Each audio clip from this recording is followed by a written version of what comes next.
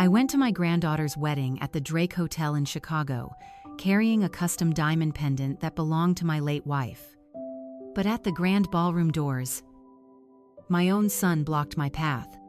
He looked me dead in the eye and whispered, "Dad, you are not on the list. There was a mistake.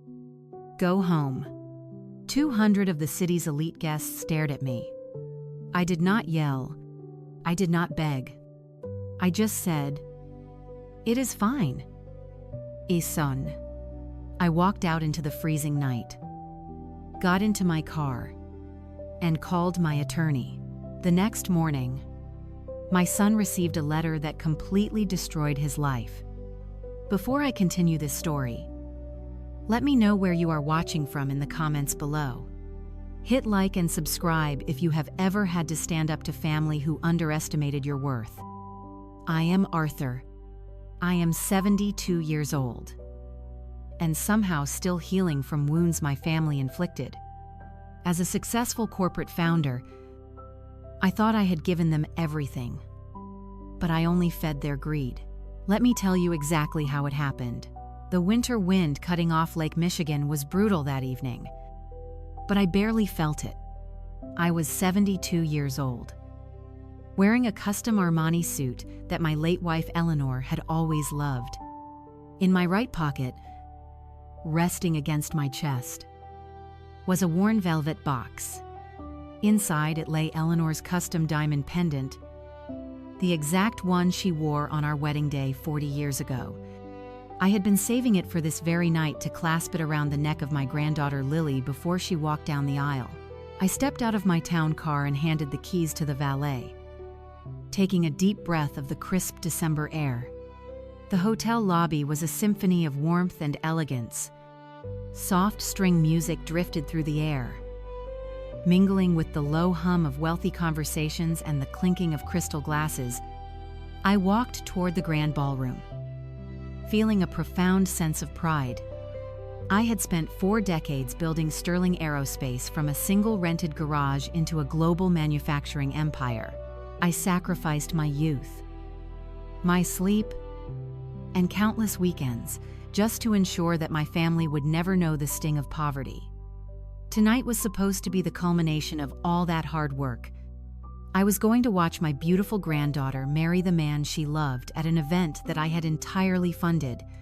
As I approached the carved mahogany doors of the ballroom, the heavy scent of imported white roses filled the corridor.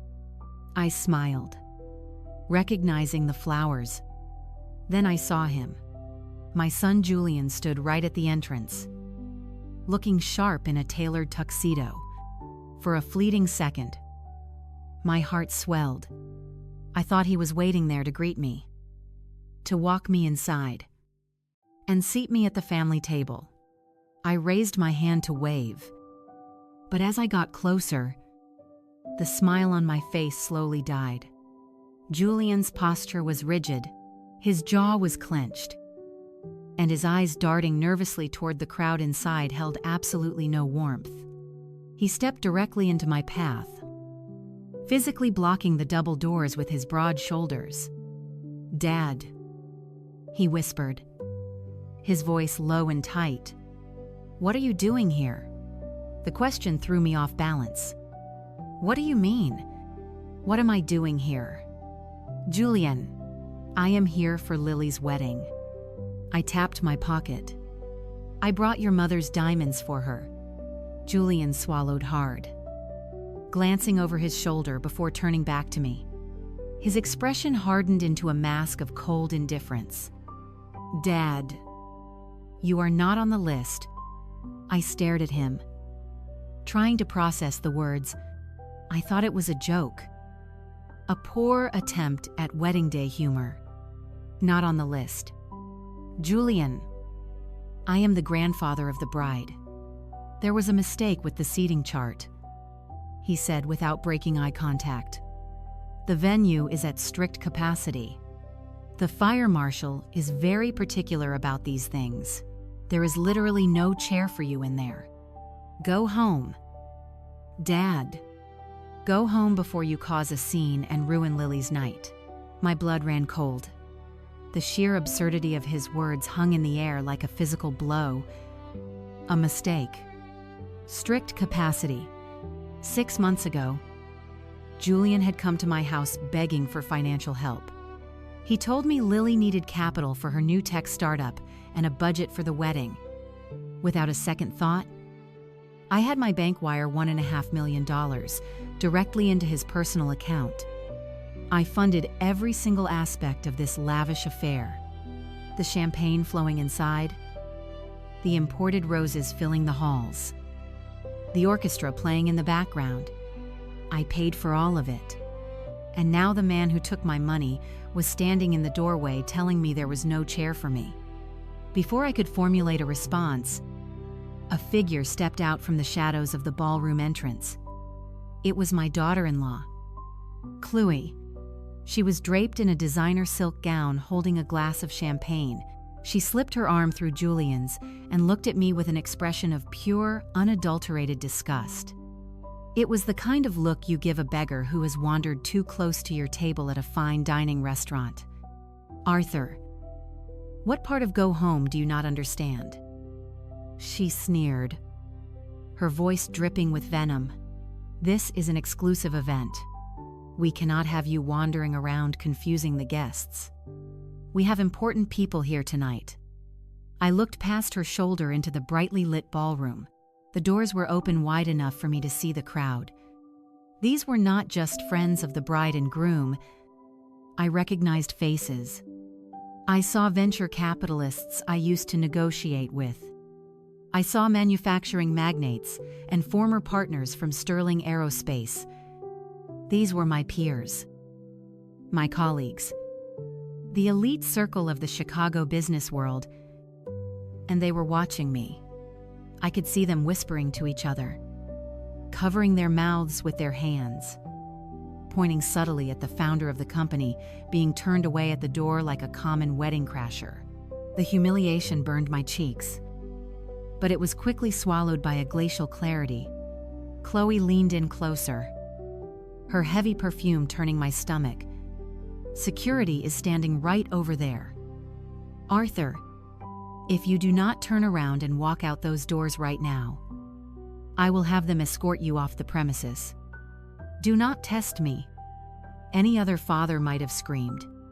Any other man might have demanded to see his granddaughter or caused a massive scene to expose them in front of the 200 guests. But I did not survive 40 years in the corporate Shark Tank by throwing tantrums. I knew that screaming would only validate whatever lies they had already told the crowd about me. I looked at Chloe, taking in the diamonds hanging from her ears. Diamonds bought with my money. Then I looked at Julian, the son I had carried on my shoulders, the boy I had given everything to. He refused to meet my gaze, looking down at the polished marble floor instead. "It is fine, son," I said, my voice dangerously calm and steady. "I understand completely. Do not worry about me." I did not wait for his response. I turned my back on them and walked away. The heavy mahogany doors shut behind me, sealing the warmth and the music inside. But I did not look back. I walked through the lobby, my footsteps echoing against the stone floor. The valet looked surprised to see me return so quickly, but he hurried to retrieve my car. When I stepped out into the freezing Chicago night, the cold air hit my face like a splash of ice water, bringing me fully back to my senses. I slid into the quiet leather interior of my town car. The silence of the cabin was deafening. I reached into my pocket and pulled out the velvet box. Running my thumb over the worn fabric, they did not just reject me, they erased me. The pieces of the puzzle suddenly began clicking together in my mind. The lack of phone calls, the vague excuses, the sudden demand for cash 6 months ago. This was not a seating chart mistake. This was a calculated execution. I pulled out my cell phone. The clock on the dashboard read 7:30 in the evening. I dialed the private number of Nathaniel Reed, my lead corporate attorney. He answered on the second ring. "Arthur," he said, sounding surprised. "Should you not be giving a toast at the Drake right now?" "Nathaniel," I said, my voice void of any emotion. "Julian just locked me out of the wedding." A heavy pause fell over the line. The seasoned lawyer knew exactly what that meant. "What do you need me to do?" "Arthur, trigger the Eclipse Protocol," I commanded, staring out the tinted window at the glowing facade of the hotel. "Freeze everything." The Eclipse Protocol was a contingency plan we had drafted years ago during a particularly vicious, hostile takeover attempt by a rival firm. It was designed to sever all financial arteries immediately. Executing it meant freezing every trust account, every shared corporate credit line, and every piece of collateral tied to the Sterling estate. It meant shutting off the lifeblood of Julian's luxurious existence in a matter of seconds. "I want the trust frozen," I continued, my voice echoing softly in the quiet car. "I want the shared company cards deactivated. I want the escrow account where I deposited the $1.5 million placed under an immediate administrative lock. If he tries to buy a cup of coffee tomorrow morning, I want his card declined. He wants me out of his life. He can start by paying for his own." I could hear the rapid clicking of a keyboard on Nathaniel's end of the line. Even on a Saturday night, he was sitting in his home office, ready to mobilize our defense. "Consider it done." "Arthur," Nathaniel said, "I am submitting the electronic freeze requests to the primary financial institutions right now. The blackout will be fully effective before midnight. I will draft the notices." But he did not hang up. I heard him take a slow, heavy breath. "Arthur," he said, his voice dropping an octave. "While I have the banking portal open, I am looking at the transaction logs for the primary corporate holding accounts. It is done. Arthur, the protocol is active, but you need to come to my office tomorrow morning. You must see these bank logs with your own eyes. They did not just spend the wedding money. Arthur, they have actually been digging deep into the main corporate vault. Now, we have to act right now before the sunrise." I ended the call and leaned my head back against the leather seat. They thought they had won. They thought they had humiliated a helpless old man. But tomorrow morning, my son and his greedy wife were going to learn a very painful lesson. You do not lock the architect out of the building when he holds the blueprints to the foundation. I settled into the deep leather seat of my car. The heavy door closed with a solid thud, blocking out the biting wind and the faint strains of string music spilling from the hotel lobby. Inside the cabin, it was completely silent. Save for the low hum of the engine, my driver, Marcus, glanced at me through the rearview mirror. His eyes carried a quiet concern. He had been driving me for over 15 years. And he knew the schedule perfectly well. He knew I was supposed to be walking Lily down the aisle right at this very moment. "Are you all right, Mr. Sterling?" Marcus asked, his voice gentle and respectful. I did not answer immediately. I took the velvet box containing Eleanor's custom diamond pendant out of my pocket and placed it carefully on the leather seat next to me. The diamonds felt incredibly heavy now, as if they absorbed all the weight of the evening. I smoothed the lapels of my suit and let out a long, measured breath. I was not angry. I was not devastated. A strange, absolute calm had settled over my mind like a fresh layer of frost.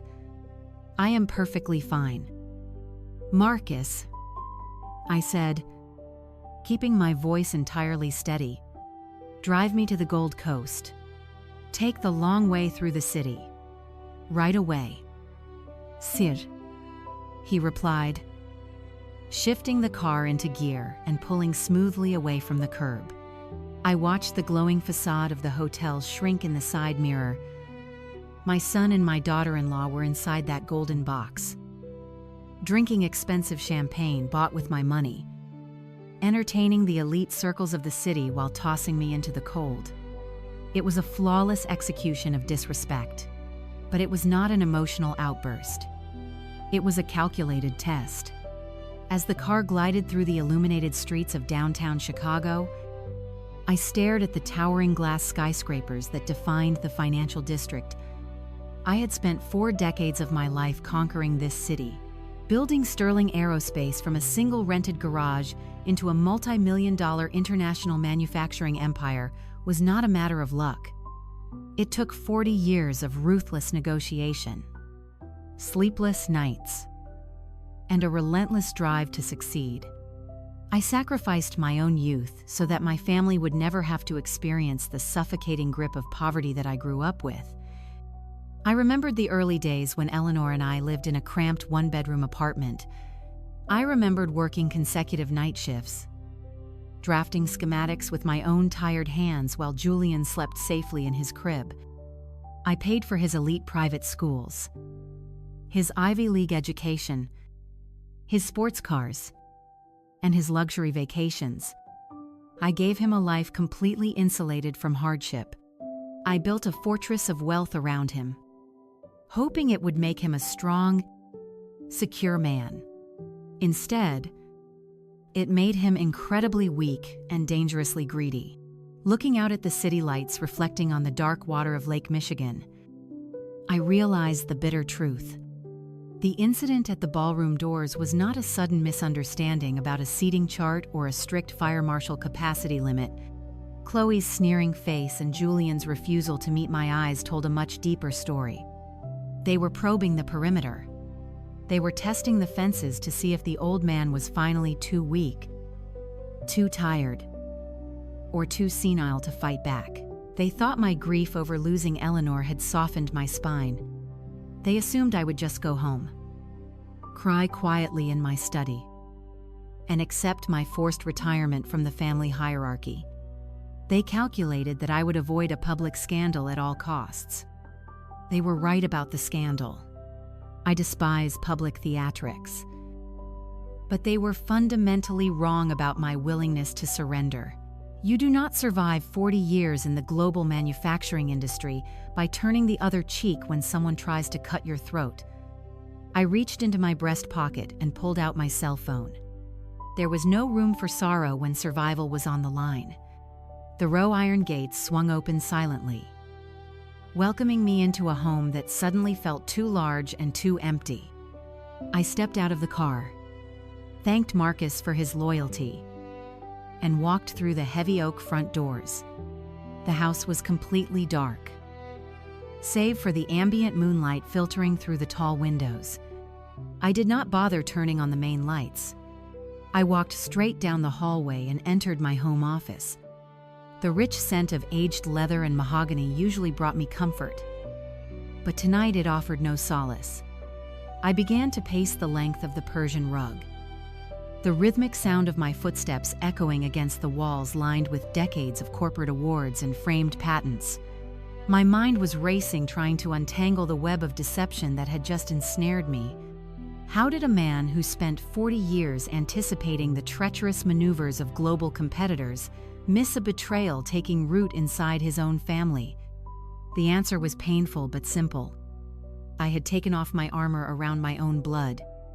I allowed myself to be a father instead of a chief executive officer. It started exactly 6 months ago, right here in this very room. The memory played in my mind with agonizing clarity. I was sitting at my desk reviewing quarterly projections when the doors flew open. Julian stormed in, his face flushed, and his tie loosened. A perfect portrait of a man on the edge of a total breakdown. He collapsed into the chair across from me, breathing heavily, and dropped a thick stack of manila folders onto my desk. He told me that he had received an advanced warning from a contact at the Internal Revenue Service. According to Julian, the agency was launching a brutal, comprehensive audit on our family trust. He spun a terrifying narrative, claiming they were targeting my personal retirement funds and threatening to freeze the entire estate while the investigation dragged on for years. He said the scrutiny was triggered by an aggressive new tax regulation and that our traditional corporate shields were temporarily vulnerable. He looked me in the eyes, his hands actually shaking, and delivered his plausible lie. "Dad, they are targeting your retirement funds," he had pleaded, his voice cracking with manufactured desperation. "We need to sign a temporary power of attorney right now. We have to move $1.5 million into a secure escrow account under my name. It is the only way to protect your liquid assets and secure Lily's entire future until the audit ends." Looking back now, the corporate titan inside me should have seen the glaring holes in his story. I should have called my own accountants. I should have demanded to see the official federal notices. I should have summoned Nathaniel Reed immediately. But Julian did not come to the founder of Sterling Aerospace. He came to his father. He came to a man who was still drowning in the quiet, lingering grief of losing his wife. Eleanor had always been the emotional anchor of our family, the one who held us together. Without her, I was desperate to keep the remaining pieces of our family intact. When a son comes to you terrified, pleading for help to save his daughter's very future, the ruthless businessman steps aside and the protective father takes the wheel. I signed the documents because my fundamental instinct was to shield my boy from a crisis. I wanted to absorb his panic. I wanted to fix the problem just as I had fixed every other problem in his life since he was a child. I believed I was placing a protective wall around our family wealth, unaware that I was actually handing him the keys to the vault. I authorized the transfer of the funds, believing it was going to a safe harbor. I stopped pacing. The heavy silence of the office snapped me back to the present moment. The chill of the Chicago night seemed to seep through the window panes, creeping into my bones. Julian had used my protective instinct as a weapon against me. He had weaponized my love for Lily and my grief for Eleanor to orchestrate a massive financial extraction. But the game was not over. If Nathaniel was right about the bank logs, the rabbit hole was much deeper than a stolen wedding fund. I walked around the massive desk and sat in my high-backed leather chair. I woke up my laptop. The screen cast a harsh blue glow across the darkened room. I logged into my encrypted personal server, navigating through layers of security protocols to access my digital archives. I needed to see the document that had started this entire nightmare. I needed to scrutinize the temporary power of attorney that I had signed 6 months ago. My fingers moved rapidly across the keyboard, opening the scanned file. The document appeared on the screen, bearing my bold signature at the bottom of the final page. I zoomed in on the fine print, my eyes scanning the legal jargon with the cold precision of a predator hunting for a blood trail. Julian had rushed me through the signing process, pointing only to the signature lines, claiming time was of the essence. Now isolated in the silence of my office, I read every single word. I scrolled down to the notary acknowledgement section. My eyes locked onto the circular stamp pressed into the bottom corner. A chilling realization hit me like a physical blow to the chest. The notary seal on the document was not from Reed & Associates, the prestigious corporate law firm that had handled our family affairs for nearly 3 decades. The name on the seal belonged to an entity called Apex Fiduciary Solutions. It was a generic name, the kind of name designed to sound legitimate while revealing absolutely nothing. I opened a new browser tab and ran a quick search on the registry of corporate entities. My suspicion was confirmed in seconds. Apex Fiduciary Solutions was not a law firm. It was not a registered financial institution. It was a shell company incorporated in Delaware just 3 days before Julian had stormed into my office with his fabricated audit story. He had not just panicked and made a mistake. He had premeditated the entire extraction. He had set up a dummy corporation. manufactured a fake federal crisis, and brought in a fraudulent notary to legitimize the theft of my assets. He had been planning to drain me dry long before he ever stood at the doors of the Drake Hotel. Every single detail of his panic had been carefully rehearsed to bypass my natural corporate defenses. He played me for a fool, banking on my paternal love to blind me to his immense betrayal. But as I sat staring at the glowing screen, the sorrow completely evaporated. It was instantly replaced by a cold, calculating wrath. The father who had indulged him was officially dead. The CEO was back, and I was going to war. I told Nathaniel I would be at his office by 5 in the morning.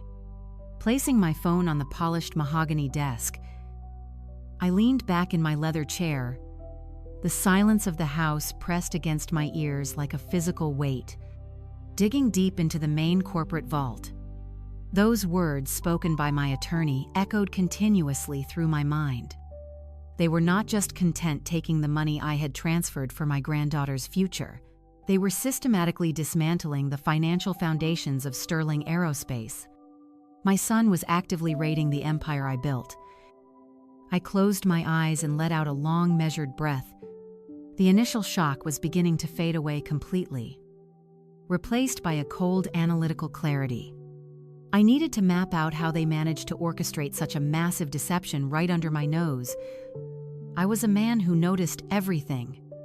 In business, a misplaced decimal point or a slight hesitation in a vendor's voice would trigger my suspicion. Yet, I completely missed a multi-million-dollar heist executed by my own flesh and blood. How did they blind me so effectively? I opened my eyes and looked at the framed photograph of Eleanor resting on the corner of my desk. Her warm, confident smile stared back at me. That was the answer. They had used her. They had weaponized my grief and my age to construct a perfect psychological cage around me. The emotional manipulation was far more insidious than the financial theft. They knew I would never question anything that involved protecting the family from unnecessary stress. The second massive lie clicked into place with sickening precision. I cast my memory back to a Tuesday afternoon exactly 3 months ago. The wedding was supposed to be rapidly approaching, but the house was incredibly quiet. I had not received any updates about catering selections, venue deposits, or guest lists. As a man who spent his life managing complex global supply chains, the lack of logistical chatter made me inherently anxious. I had called Julian that morning and asked him to set up a meeting with the wedding planner. I wanted to review the arrangements and ensure Lily was getting the absolute best service possible. Julian had sounded slightly panicked on the phone, offering a vague excuse about the planner being unavailable. 2 hours later, my doorbell rang. It was not Julian or the wedding planner. It was Chloe. She stepped into my foyer wearing a beige cashmere sweater and an expression of profound distress. I led her into the formal living room and offered her a cup of tea. She declined, sitting on the edge of the velvet sofa, with her hands clasped tightly in her lap. Her eyes were red and watery. She looked like a mother carrying an unbearable emotional burden. "Arthur," she began, her voice trembling with manufactured fragility. "I came over because we need to talk about the wedding. Lily is just so incredibly overwhelmed right now. She is crying every single night and we do not know what to do." I had immediately leaned forward, my protective instincts flaring up. I asked her what was wrong, assuming there was an issue with the vendor or a problem with the bridal party. Chloe let out a shaky breath and produced a single perfect tear that rolled slowly down her cheek. It was a masterful performance. She does not want a massive spectacle. "Arthur," Chloe said, wiping her eye. She is terrified of the stress. All these expectations and grand plans are making her incredibly anxious. She broke down crying last night. She told us she only wants a tiny, modest boat cruise on Lake Michigan with immediate family and close friends. Nothing formal. nothing exhausting. I had sat back surprised by the sudden change in direction. I told Chloe that I had already allocated significant funds to give Lily a fairy tale event. I insisted that we could hire more staff to handle the stress, so Lily would not have to lift a finger. But Chloe shook her head rapidly, reaching out to place her warm hand over mine. "It is not just about Lily," she whispered, her voice dropping to a soft, sympathetic pitch.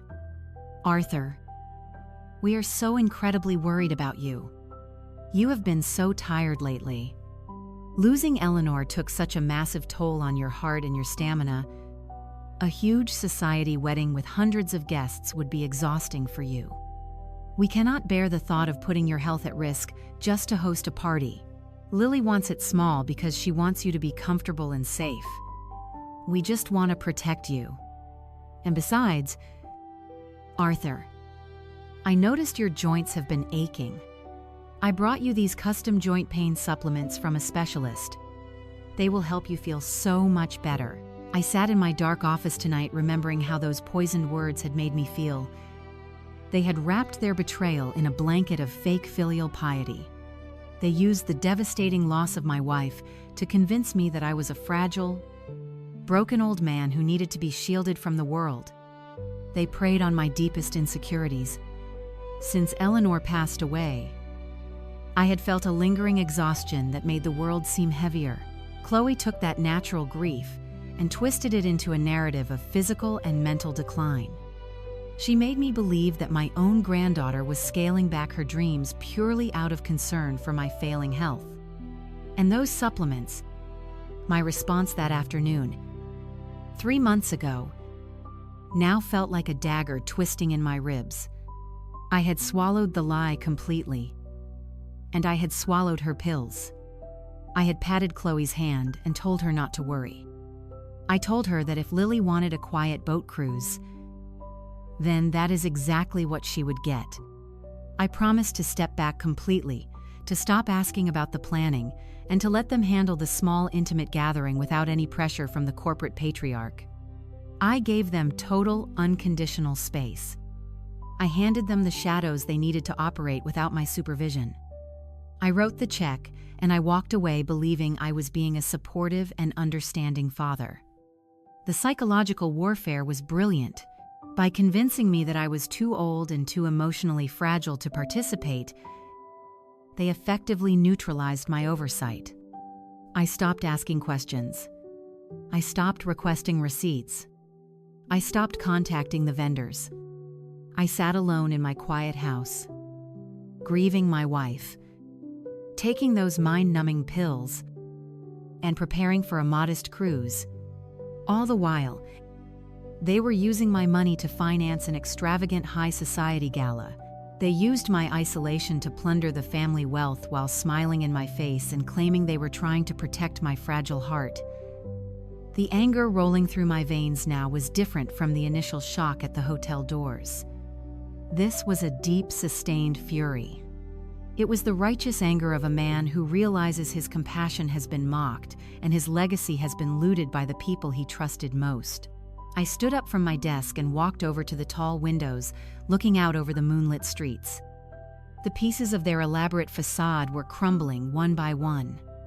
The timeline was undeniably clear. They secured the funds under the guise of a federal audit panic. Then they deployed Chloe to feed me the lie about the tiny boat cruise, ensuring I would never show up to inspect the actual preparations. They built a massive wall of deception to keep me completely in the dark. I had spent months picturing a simple gathering with paper plates and gentle waves. I had even purchased a new casual suit to match the laid-back atmosphere they described so vividly. I had prepared a beautiful, heartfelt speech about the beauty of intimate family moments and the joy of simple love. I had trusted them completely to protect her heart. I believed they were shielding a young woman from the crushing weight of societal expectations. I genuinely thought they were being good parents. Instead, they were using her most sacred day as a massive financial smokescreen for their own corporate espionage. They took the purity of her marriage and absolutely stained it with their unrelenting greed. Every single smile they flashed me was a carefully calculated distraction. Every sympathetic touch was a deliberate misdirection meant to keep me completely blind to their true actions and their ultimate goal. But a burning question remained, hovering in the quiet air of my office. It gnawed persistently at the very edges of my analytical mind, demanding to be answered immediately. I turned the painful events of the evening over and over, trying desperately to reconcile the conflicting realities. I had literally just returned from the Drake Hotel in downtown Chicago. I had stood in front of the heavy grand ballroom doors. I had seen the hundreds of wealthy guests mingling under massive crystal chandeliers. I had smelled the thousands of dollars worth of imported floral arrangements. I had witnessed a spectacle of absolute opulence, funded entirely by my own stolen money. I stared at my reflection in the dark window glass, my jaw set in stone. If the wedding was truly supposed to be a tiny boat cruise designed to protect my fragile health, then why was I just locked out of a 200-guest black tie gala at the Drake? The immediate answer to that very specific question brought a secondary, highly sinister realization crashing down upon me. As I sat in the dim light of my office, my mind began to retrace the timeline of the past few months. I had been focused on the financial manipulation, the forged documents, and the missing money. But a far more painful detail suddenly gripped my chest. When was the last time I had actually spoken directly to my granddaughter? I mentally scanned through my recent memories, trying to pinpoint the sound of Lily's voice. The result made my stomach turn. It had been nearly 3 full months since I had a direct conversation with her. Every single attempt I ever made to reach out to her had been flawlessly intercepted. Whenever I actually called Lily, her cell phone would ring endlessly before clicking directly to voicemail. Almost immediately after leaving a message, my phone would buzz with an incoming call from Chloe. She always had a perfectly reasonable excuse ready. "Arthur, Lily is so sorry she missed your call," Chloe would say, her tone dripping with manufactured warmth. "She is in London for a tech retreat. The time difference is brutal, and she is in back-to-back meetings." A few weeks later, when I tried to call again, Chloe answered Lily's phone directly. "Arthur, I am just holding her phone for the week," she explained. "Lily is doing a complete digital detox. The wedding planning was causing her massive anxiety, so her therapist recommended she disconnect entirely from screens. We are just trying to keep her stress levels down." I accepted those excuses without a single second thought. I respected the boundaries they drew for me because I believed they were genuinely looking out for her mental health. I wanted her to succeed, to build her enterprise without the overbearing shadow of her grandfather looming over her. I thought I was giving her the space she needed to thrive. Instead, I allowed them to build an impenetrable fortress around me.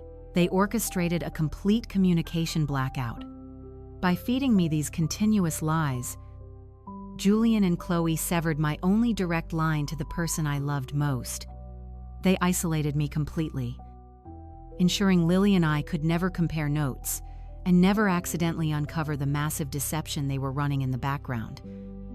It was a classic corporate quarantine tactic executed perfectly, but I was definitely not entirely helpless in this situation. I may be 72 years old, but running an aerospace empire requires a firm understanding of digital intelligence. If they built a digital wall to keep me out, I simply needed to find a back door. I leaned forward and pulled my laptop closer.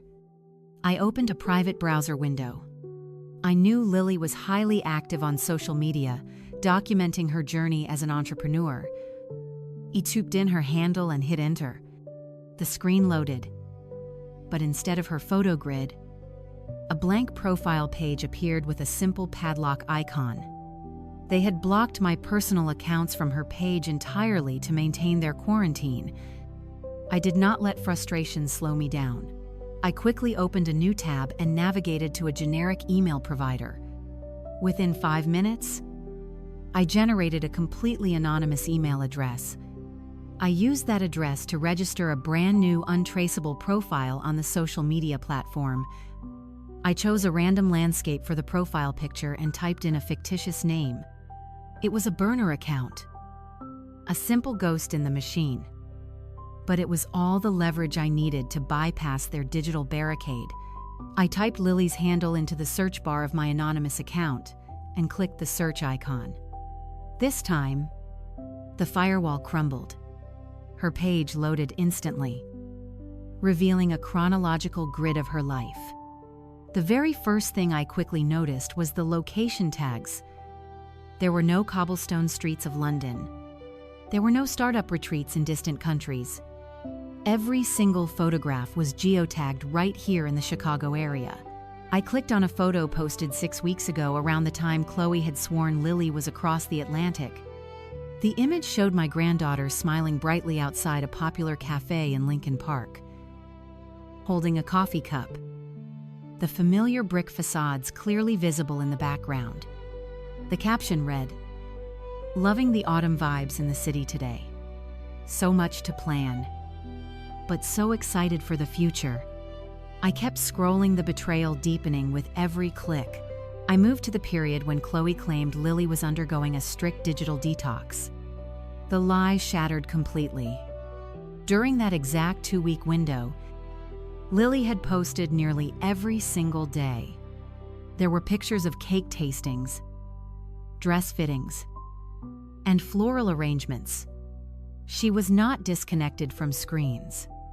She was highly active, deeply engaged in planning the very wedding I was paying for, but from which I had been excluded. I saw a picture of her looking at custom ice sculptures. She was right here in the city, fully connected. While her parents kept me isolated, the sheer scale of the manipulation was breathtaking. They had managed 2 entirely separate realities with flawless execution. To Lily, they painted a picture of a busy, successful wedding preparation. To May, they painted a picture of an overwhelmed, fragile girl who needed total isolation. They stood right in the absolute middle, perfectly controlling the entire flow of information, hoarding the money, and ensuring the 2 sides never met.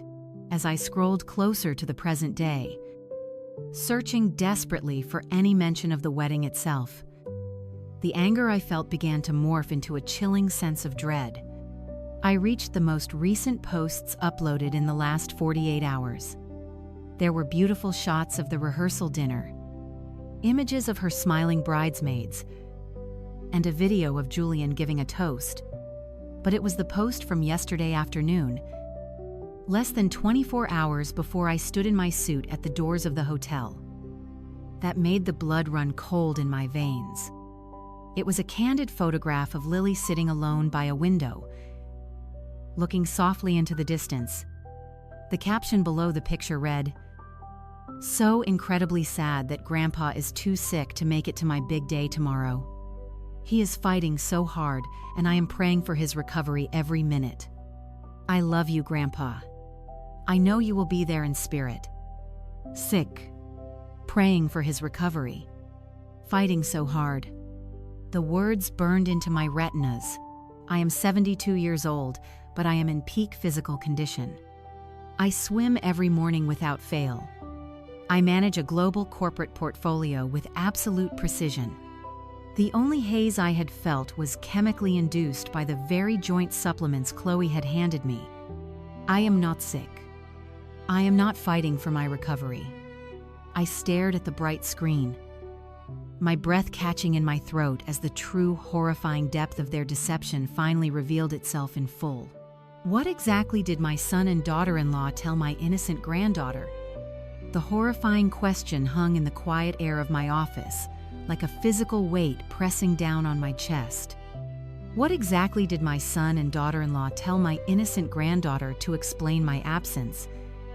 My mind spun with a dozen terrifying possibilities, each one more cruel than the last. Did they tell her I was rapidly deteriorating? Did they tell her I simply did not care enough to attend the most important day of her young life? The calculated emotional violence of it all was almost too massive to process. I could easily imagine Lily standing in her white dress, looking toward the heavy wooden doors of the ballroom, waiting for a grandfather who was never going to arrive. But I could not afford to sit there paralyzed by my own sorrow.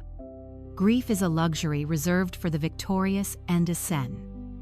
And right now I was standing in the middle of an active war zone. I needed absolute, undeniable proof of their financial movements. And I needed it immediately. Julian arrogantly believed he had completely severed my digital access to the family wealth. He thought he had efficiently locked me out of the modern banking portals, the sleek new financial applications, and the shared trust dashboards we had established over the past decade. But my son severely underestimated the institutional knowledge of a man who built a global empire with his own two hands. He forgot about the architectural foundations of sterling aerospace. He forgot about the legacy servers. Back in the late 90s, when Eleanor and I first digitized our corporate infrastructure, we had created a master administrative email account.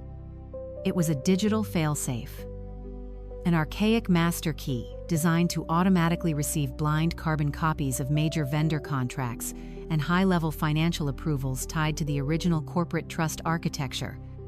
We had not actively used that specific server interface in over 15 years.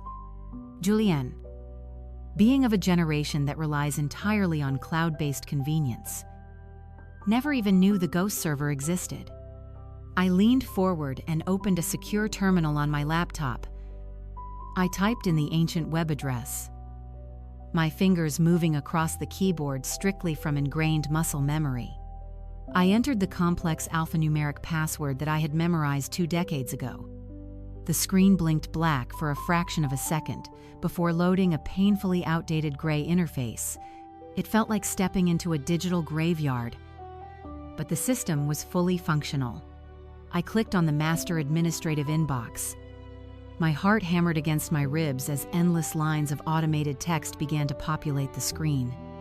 There were tens of thousands of unread automated logs, but I did not need to endlessly scroll through all of them. I typed a few highly specific keywords into the search bar. Drake Hotel, wedding, Julian, escrow. The old system churned for a few agonizing seconds, the processing icon spinning slowly. Then a single forwarded email appeared at the very top of the list. It was an automated receipt generated by a primary vendor and routed through our old trust approval matrix simply because Julian had foolishly used the original routing numbers linked to the escrow account he had pressured me to fund. I clicked on the message and a high-resolution document opened on my screen.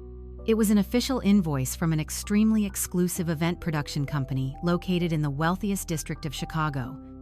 I stared intently at the bold black numbers printed at the bottom of the page. The total amount billed for a single evening was exactly $55,000. I leaned back in my heavy leather chair and let out a harsh, completely humorless laugh that echoed against the silent walls of my office. $55,000. The itemized list detailed massive custom ice sculptures, towering floral archways, and exotic seafood towers designed for a massive ballroom. The sheer, unadulterated audacity of their lie was absolutely staggering. Just 3 months ago, Chloe had sat on the edge of my velvet sofa, wiping away those delicate, perfectly timed tears. She had sworn to my face that Lily was suffering from crippling social anxiety. She had painted a remarkably vivid picture of a tiny boat cruise with simple paper plates and gentle waves. She had looked me dead in the eyes and weaponized my protective concern for my granddaughter just to keep me safely locked away in my house. But you absolutely do not spend $55,000 on custom ice sculptures for a quiet family boat ride. You spend that kind of aggressive money when you are decorating a grand luxury ballroom to impress the most powerful and wealthy people in the city. The plausible lie they had constructed was completely annihilated in an instant. The delicate narrative they had carefully spoon-fed me to keep me isolated was nothing but a cheap theatrical production. My gut feeling, that restless primal instinct that had kept me alive in the ruthless corporate world for 40 long years, had been entirely correct. The money I had wired into Julian's account was never intended to protect my assets from a fabricated federal audit. It was never intended to fund Lily's new business venture or give her a modest start in life. It was a massive systematic extraction of my wealth right under my trusting nose. They had stolen my life savings to throw the social event of the decade, all while painting me to the outside world as a fragile, senile old man who was too sick and confused to even walk out of his front door. I looked back at the glowing screen, tracing the line items on the invoice with a growing sense of dangerous clarity. My eyes scanned past the ridiculous exorbitant charges for crystal vases and decorative silk drapery. I scrolled down to the billing details section at the very bottom of the document. I needed to see exactly how Julian had routed the massive payment to the production company. As I read the typed address, my breath suddenly caught in my throat. The cold logic of the situation fractured, revealing a truth far more terrifying and dangerous than simple vanity or typical greed. The billing address listed on the $55,000 invoice did not belong to the Drake Hotel. It did not belong to Julian and Chloe's sprawling estate in the suburbs. It did not even belong to the dummy shell company they had used to secure the fraudulent power of attorney from me. The address, printed in crisp black ink, was located right in the beating heart of the financial district. It was an address I recognized instantly from my decades of corporate warfare. It belonged to an elite, highly aggressive venture capital firm known globally for executing hostile takeovers and ruthlessly liquidating legacy companies. Blackwood Capital. They were absolute predators who fed on vulnerable family businesses without any mercy. Why in the world was my own flesh and blood son routing a massive wedding invoice through a ruthless venture capital firm that specialized exclusively in destroying corporate empires? The question hung in the cold air of my office like a guillotine waiting to drop. Venture capital firms of that aggressive nature do not care about imported roses or luxury weddings. They care about hostile takeovers. They care about liquidating assets and dismantling legacy companies piece by piece. Sterling Aerospace was a privately held fortress. I held the absolute controlling interest. There was only one possible way a predatory firm could ever get their hands on my company. They would need the controlling shareholder to willingly step down, or they would need the controlling shareholder to be declared legally incompetent to manage his own affairs. That single terrifying thought was the master key that finally unlocked a deeply unsettling memory from just 2 weeks ago. The pieces of their sinister puzzle began colliding in my mind with brutal force. I leaned away from the glowing laptop screen as the memory washed over me, so vivid and chilling that it made my pulse pound heavily against my temples. 2 weeks ago, Julian had come over to the house for what I thought was a routine Sunday morning coffee. Chloe was with him, hovering nearby with that same cloying manufactured concern she had weaponized so effectively. They sat me down at the kitchen island, and Julian placed his hand over mine. He had looked at me with an expression of profound, agonizing worry. He told me that he and Chloe had been observing me closely since Eleanor passed away. He said I was repeating myself during conversations. He claimed I was leaving doors unlocked, forgetting minor details about corporate accounts, and staring off into space for hours. He painted a picture of a man rapidly losing his grip on reality. The joint supplements she gave me had indeed made my mind foggy, creating the exact symptoms they were now pointing out. I had vigorously defended myself. I told them I was perfectly fine. just tired and grieving. But Chloe had chimed in, her voice trembling with that trademark fake emotion. She said they had already taken the liberty of scheduling a comprehensive cognitive evaluation at Northwestern Memorial Hospital. She framed it as a simple routine checkup, just to give everyone some peace of mind before the stress of the wedding.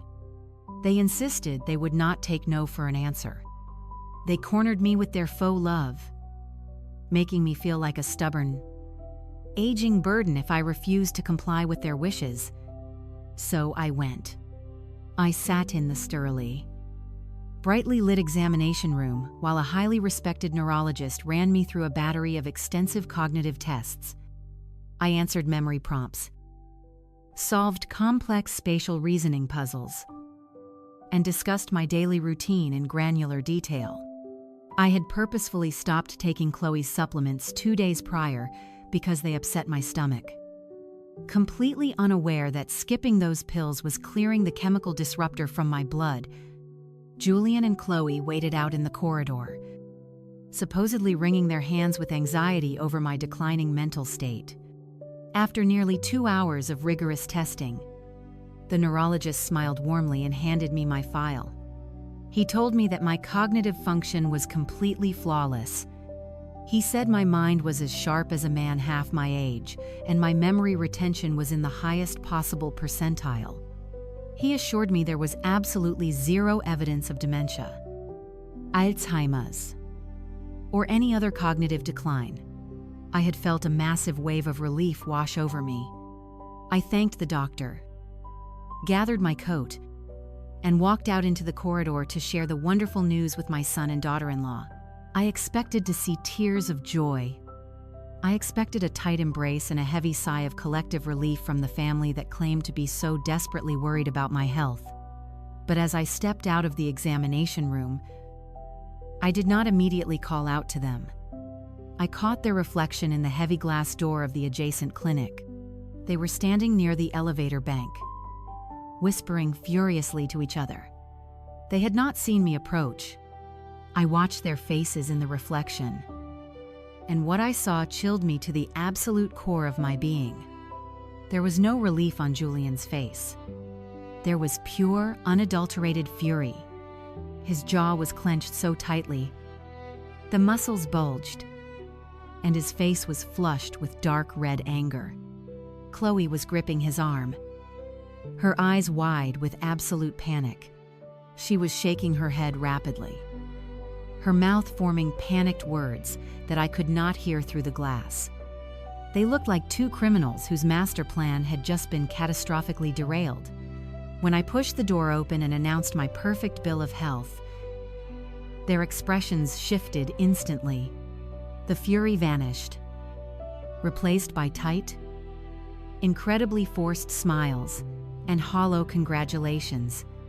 At the time, I had dismissed their strange behavior as residual stress. I told myself they were simply overwhelmed by the emotional roller coaster of the hospital visit. But sitting here tonight, armed with the knowledge of the dummy corporation, the stolen wedding funds, the fake joint supplements, and the involvement of a predatory venture capital firm, the truth was blindingly obvious. Why would a son be furious that his 72-year-old father does not have dementia? Why would a daughter-in-law panic at the news of my perfect cognitive health? Because they needed me to be sick. They desperately needed that doctor to declare me mentally unfit. If I had failed that cognitive exam, Julian would have used the fraudulent power of attorney he tricked me into signing to seize immediate total control of Sterling Aerospace.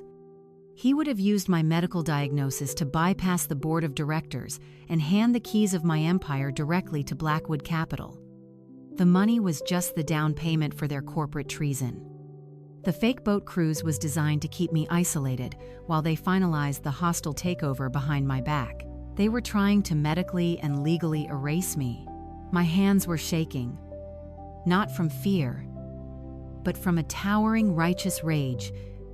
I turned my attention back to the laptop.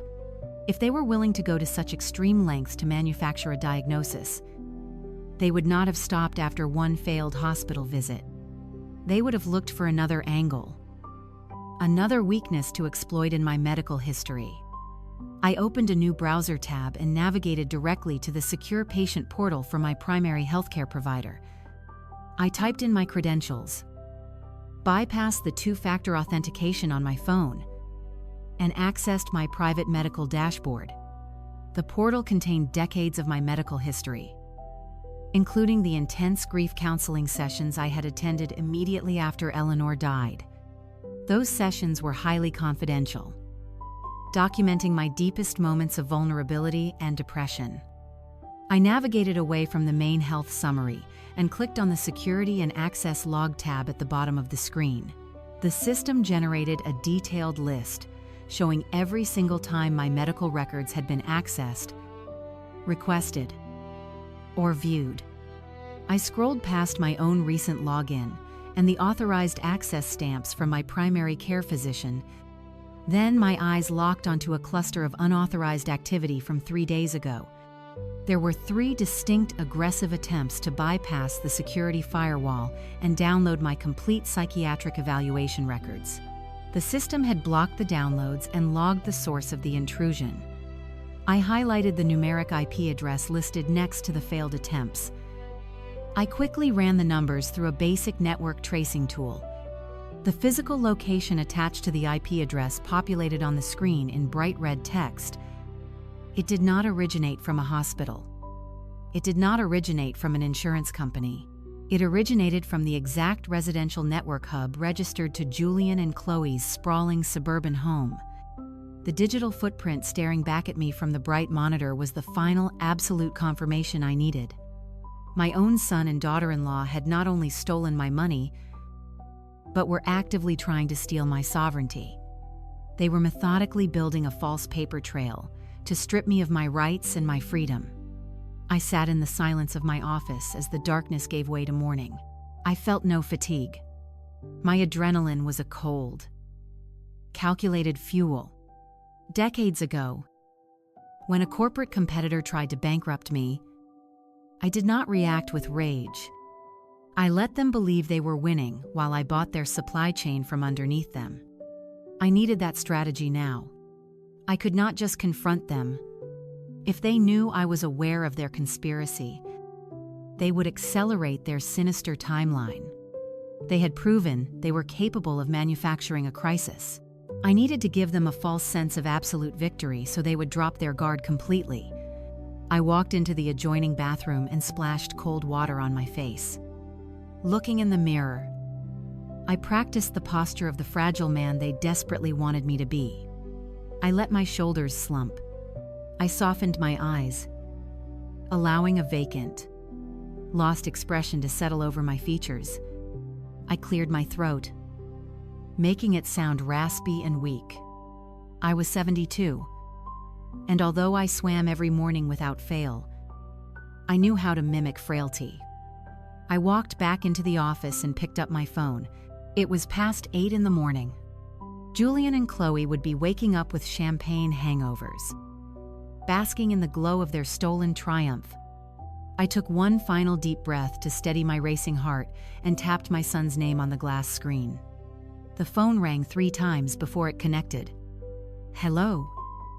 Julian answered, his voice sounding groggy and slightly guarded. He was bracing himself for an angry confrontation about the hotel doors. I did not give him the chance to play defense. I let out a long, trembling sigh and made my voice sound incredibly small and disoriented. "Son," I whispered, injecting a note of desperate panic into my tone. "Son? Is that you? I am confused. Did the wedding happen already? I think I sat down after dinner last night and just fell asleep. Did I miss Lily's big day?" There was a sharp, stunned silence on the other end of the line. I could hear his mental gears grinding. He had been preparing for a furious corporate titan demanding answers about hotel security. Instead, he was getting a pathetic, senile old man who did not even remember leaving his house, I squeezed my eyes shut and forced my voice to crack. I am so sorry. Julian, I continued, sounding absolutely heartbroken and utterly defeated. I laid out my suit, but I just felt so tired. My head has been so foggy lately. Please tell me I did not ruin the small boat cruise. When Julian finally spoke, the defensive tension was completely gone from his voice. It was instantly replaced by a thick, syrupy layer of pure condescension. Oh, Dad, he sighed, sounding exactly like a parent talking to a toddler. It is completely fine. We were wondering where you were. But Chloe said you were probably exhausted from all the grief. You have been so confused lately. I gripped the edge of my desk so hard my knuckles turned white. But I kept my voice perfectly pathetic. Was it beautiful? I asked weakly. Did she have a quiet time on the lake? It was perfect. Dad? Julian replied, his lie slipping effortlessly through his teeth. Just 20 people. Very simple. Very quiet. Lily wore a simple dress and we had a family dinner. She missed you. Of course. But she understood. We all know you are not yourself these days. You need to rest. You need to stop worrying about anything complex or stressful. I wanted to scream. I wanted to tell him about the $55,000 ice sculpture invoice and the 200 guests dancing under crystal chandeliers while I sat alone in the dark. I wanted to rip the phone apart. But I played the senile fool exactly as they needed me to. I am just so tired. Somme, I murmured, letting my voice trail off into a weak, fragile whisper. I do not know what is wrong with my old memory. I feel like I am losing my mind. Thank you for understanding. Thank you for taking care of everything for me. Do not worry about a single thing. Dad, Julian said, his tone swelling with arrogant pride. Chloe and I have everything completely under control. You just stay in the house and rest. We will come by and see you in a few days to sort out your new schedule. Just relax. I thanked him profusely, apologizing for my failing memory before saying goodbye. I waited for the distinct electronic click of the call disconnecting. But the click never came. Julian, in his hungover state, had pulled the phone away from his ear, but had failed to press the red button to end the call properly. The line remained open. I stood frozen in my home office, barely daring to breathe. As the background noises of his master bedroom drifted through the tiny speaker, I heard the rustle of expensive silk sheets and the soft, heavy thud of the cell phone being tossed onto a wooden nightstand. Then I heard Chloe's voice, muffled but perfectly clear. Was that him? She asked, her tone sharp and alert. Was he furious about the security guards last night? I pressed the phone tighter against my ear. Julian let out a cruel, booming laugh that sent a shiver of absolute physical disgust straight down my spine. Furious. Julian scoffed, his voice dripping with victorious utter contempt. He does not even remember going to the hotel. He thinks he fell asleep in his reading chair and missed a simple boat cruise. I told you the isolation and those supplements would break him down. He was crying, apologizing for his bad memory. He is completely lost. There was a brief, agonizing pause, and then Chloe let out a deeply satisfied sigh. It is perfect, she said smoothly. I was so worried we would have to fight him on the transfer of corporate power. But this development makes it so much easier. The old man's brain is finally turning to mush, just like we needed it to. I closed my eyes, absorbing the sheer toxic venom of their casual morning conversation. They were celebrating my supposed mental decay. They were rejoicing in the illusion that I was a broken defenseless creature who could no longer protect himself or defend his legacy. "Call the clinic," Julian commanded, his voice suddenly turning cold and brutally efficient. "Tell them we are moving the timeline up right now. We do not need to wait around for the end of the month." He is totally compliant. "Tell them we are coming in to sign the permanent guardianship papers, and then we finally move him permanently on Tuesday." The line went dead. I slowly lowered the phone from my ear and placed it flat on my mahogany desk. I sat completely frozen in the silence for a long time. The sheer magnitude of their betrayal settled deep into my bones. "We move him on Tuesday." The words echoed in the silent room. They had scheduled the complete erasure of my autonomy. In 48 hours, they intended to strip away my legal rights, force me into a memory care facility, and lock me away under the guise of cognitive decline. They wanted to bury me alive. The shock of their cruelty evaporated, replaced by a profound, terrifying calm.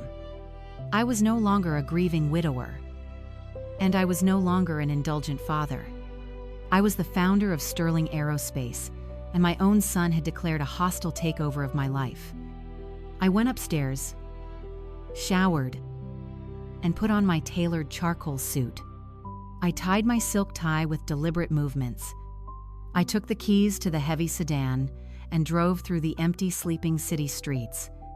The roads were damp from a light morning mist. My mind operated with maximum efficiency, calculating angles and anticipating their next moves. I arrived at the skyscraper that housed Reed & Associates shortly before 5 in the morning. The lobby was deserted except for a solitary security guard who nodded silently as I swiped my access card at the private elevator bank. The door slid shut, and I ascended to the top floor. The elevator chimed, and I stepped into the hushed reception area. Nathaniel Reed was already waiting in the main corridor. He wore a crisp white shirt with the sleeves rolled up, and his dark eyes were sharp. We had been down in the corporate trenches together far too many times for useless pleasantries. He gestured for me to follow, leading me directly into a secure, soundproof conference room located at the very back of the executive suite. The heavy oak door clicked shut behind us, instantly sealing us off. The long glass conference table was covered in thick stacks of financial documents, bank logs, and legal folios. Nathaniel poured 2 cups of black coffee from a silver carafe and pushed one across the glass toward me. I sat down and told him everything. I recounted the agonizing phone call, the massive ice sculpture invoice linked to Blackwood Capital, the fake joint supplements, and the chilling conversation I had just overheard about the clinic and the Tuesday deadline. Nathaniel listened with the stoic expression of a seasoned war general. He took a slow sip of his coffee, absorbing the treachery. When I finished, Nathaniel set his cup down and reached for a thick manila folder resting at the center of the table. "Arthur," he said, his voice dropping to a low register, "you and I have survived corporate espionage, federal investigations, and vicious market crashes. Do you honestly believe I would let you sign away your sovereign wealth without a massive insurance policy?" He opened the folder and extracted a copy of the temporary power of attorney that Julian had panicked me into signing 6 months ago. The document looked exactly as I remembered it. Nathaniel flipped past the first dozen pages until he reached page 48. He smoothed the paper flat against the table and pointed to a dense paragraph buried deep within the complex legal architecture. "When Julian brought this document into your office," Nathaniel explained, speaking with surgical precision, "he thought he was incredibly clever. He assumed he could rush you into signing a blanket authorization by playing on your paternal instincts. But your son completely failed to realize that our firm drafts every single piece of family estate paperwork with interlocking contingency clauses. I embedded a specific poison pill right here in subsection 9. I leaned forward, scanning the text. The legal jargon was dense, but Nathaniel translated it swiftly. This clause explicitly states that any unilateral transfer of funds exceeding $100,000 to any offshore entity or unauthorized holding account requires your physical biometric thumbprint authorization. If the designated proxy attempts to force a transfer of that magnitude without your physical presence, the power of attorney is instantly invalidated. I stared at him, the brilliance of his trap washing over me. "You built a tripwire," I whispered. "Exactly." Nathaniel nodded, a predatory smile touching his mouth. "It is a silent alarm. The moment Julian tried to move the $1.5 million, the banking system flagged it. It allowed the transfer to process superficially, giving him a false sense of victory. But it immediately triggered an absolute administrative freeze on every single asset connected to his name. The trap snapped shut the second he hit the transfer button. He thinks he won," I said, the cold reality settling in. "He thinks he has the power to declare me incompetent by Tuesday because he believes the document is active." Nathaniel nodded. "He is operating under a shattered illusion. The document is void. He has absolutely no legal authority over your health, your estate, or your corporate holdings. He cannot move you to a clinic, and he cannot touch your shares." The power of attorney self-destructed the moment he tried to steal the money. We gave him enough rope to hang himself, and he sprinted straight for the gallows. We sat in silence for a moment. My son had walked right into our trap, blinded by his own arrogance. He spent the last 6 months celebrating a successful heist, unaware that he was standing on a financial landmine. The corporate machinery I spent 4 decades building was protecting me even when my own blood was trying to tear me down. But there was one final piece to the puzzle. The poison pill had neutralized Julian's legal authority, but the funds had still been superficially routed. The money moved before the freeze fully locked the accounts down. The ice sculpture invoice proved that Julian was actively bleeding the trust, but the connection to Blackwood Capital suggested a much deeper conspiracy. If the money was not going toward the wedding, and it was not sitting in Lily's business account, where exactly had my son diverted my life savings? I looked up at Nathaniel. "The trap worked," I said, keeping my voice steady. "But where did the money go?" Nathaniel's expression darkened. The predatory smile vanished, replaced by a look of grave concern. He reached into his leather briefcase resting on the floor and pulled out a sleek black dossier. He placed it carefully onto the glass table, his hand resting firmly on top of the cover. "We spent the entire night tracking the digital routing numbers," Nathaniel said, his voice barely above a whisper. "Julian did not just wire that money to himself, Arthur. He did not use it to pay off personal debts, and he certainly did not secure it for your granddaughter."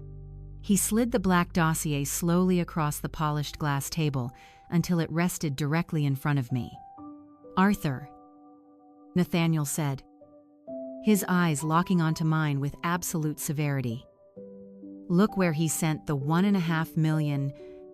I opened the heavy black cover of the dossier. The first page was a complex flowchart mapping a labyrinth of international wire transfers. Nathaniel reached over and tapped a specific red box situated at the very end of the digital trail. The money had not simply vanished into the domestic banking ether. It had bounced through 3 different proxy accounts in Delaware and Nevada before launching across the ocean. It landed squarely in a secure, untraceable offshore account located in the Bahamas. The name of the holding company was registered as Sterling Crest Holdings. The name meant absolutely nothing to me at first glance. But Nathaniel flipped to the next page, revealing the corporate registration documents retrieved by his elite private investigators. The managing director of Sterling Crest Holdings was listed as Chloe Vance, Vance was the maiden name of Chloe.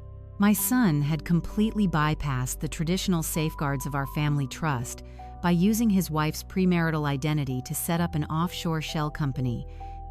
They had carefully orchestrated the panic of a fake federal audit simply to funnel my life savings into an account that lay completely outside the jurisdiction of the United States tax authorities.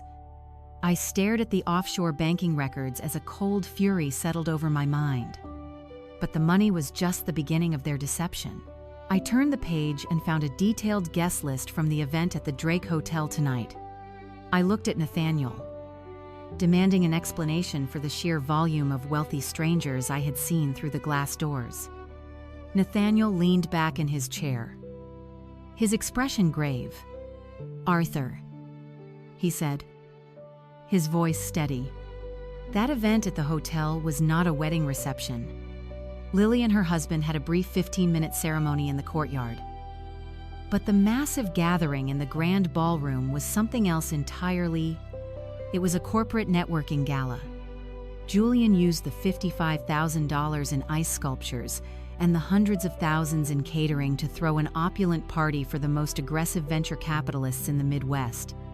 He used his granddaughter's wedding as a spectacular, glittering smokescreen to court the exact predators who want to dismantle Sterling Aerospace. I looked down at the list. Every name belonged to a ruthless corporate liquidator, a hostile takeover specialist, or a partner at Blackwood Capital. Julian had charged the entire evening to the corporate accounts, using my money to host a lavish banquet for the people preparing to destroy my life's work. He made sure I stayed home isolated by my grief and expecting a small boat cruise, so I would never see him shaking hands with the enemy. He paraded his beautiful daughter in her white dress to present an image of perfect family stability, convincing the investors that the Sterling Empire was ripe for the picking and that he was the man firmly in charge. The magnitude of the betrayal made the air in the soundproof conference room feel incredibly thin. I took a deep breath, forcing my lungs to expand. "Why are they courting liquidators?" I asked, my voice dropping to a dangerous, terrifying whisper. "If Julian wants to take over the company, why is he inviting the exact people who will tear it apart and sell it for scraps?" Nathaniel slid another heavily redacted document across the glass table. "Because he does not want to run your company, Arthur. He never wanted to manage manufacturing floors, oversee international logistics, or negotiate with union bosses. He only wants the cash. This is a preliminary letter of intent drafted by Blackwood Capital. Julian has spent the last 6 months secretly negotiating the total liquidation of Sterling Aerospace. He agreed to sell the entire enterprise out from under you for exactly $60 million. I stared at the numbers printed on the crisp white paper. $60 million. It was a fraction of what the company was truly worth. A fire sale price designed to secure a rapid, unquestioned buyout. Julian had realized that even with a fabricated psychiatric hold, the board of directors would eventually uncover his incompetence if he tried to actually run the aerospace empire. He knew he could never fill my shoes. So instead of trying to lead the company, he decided to completely destroy it. His grand plan was to secure the power of attorney, lock me away in a memory care clinic by Tuesday, and immediately authorize the hostile sale of my life's work. Once the $60 million hit his accounts, he and Chloe were going to immediately transfer the entire sum into the Bahamas Shell Company. Nathaniel confirmed my darkest suspicion. They have already purchased one-way first-class tickets. Arthur, as soon as the liquidation funds clear, they are flying straight to a non-extradition country. They plan to live like absolute royalty on a stolen fortune, leaving you locked in a psychiatric ward to rot away in complete confusion and total isolation. They were going to strip away my business, my wealth, and my freedom, vanishing into the sun without a single trace of remorse. I slowly closed the heavy black cover of the dossier. The pieces of the puzzle were now fully assembled. My own son was a traitor of the highest order.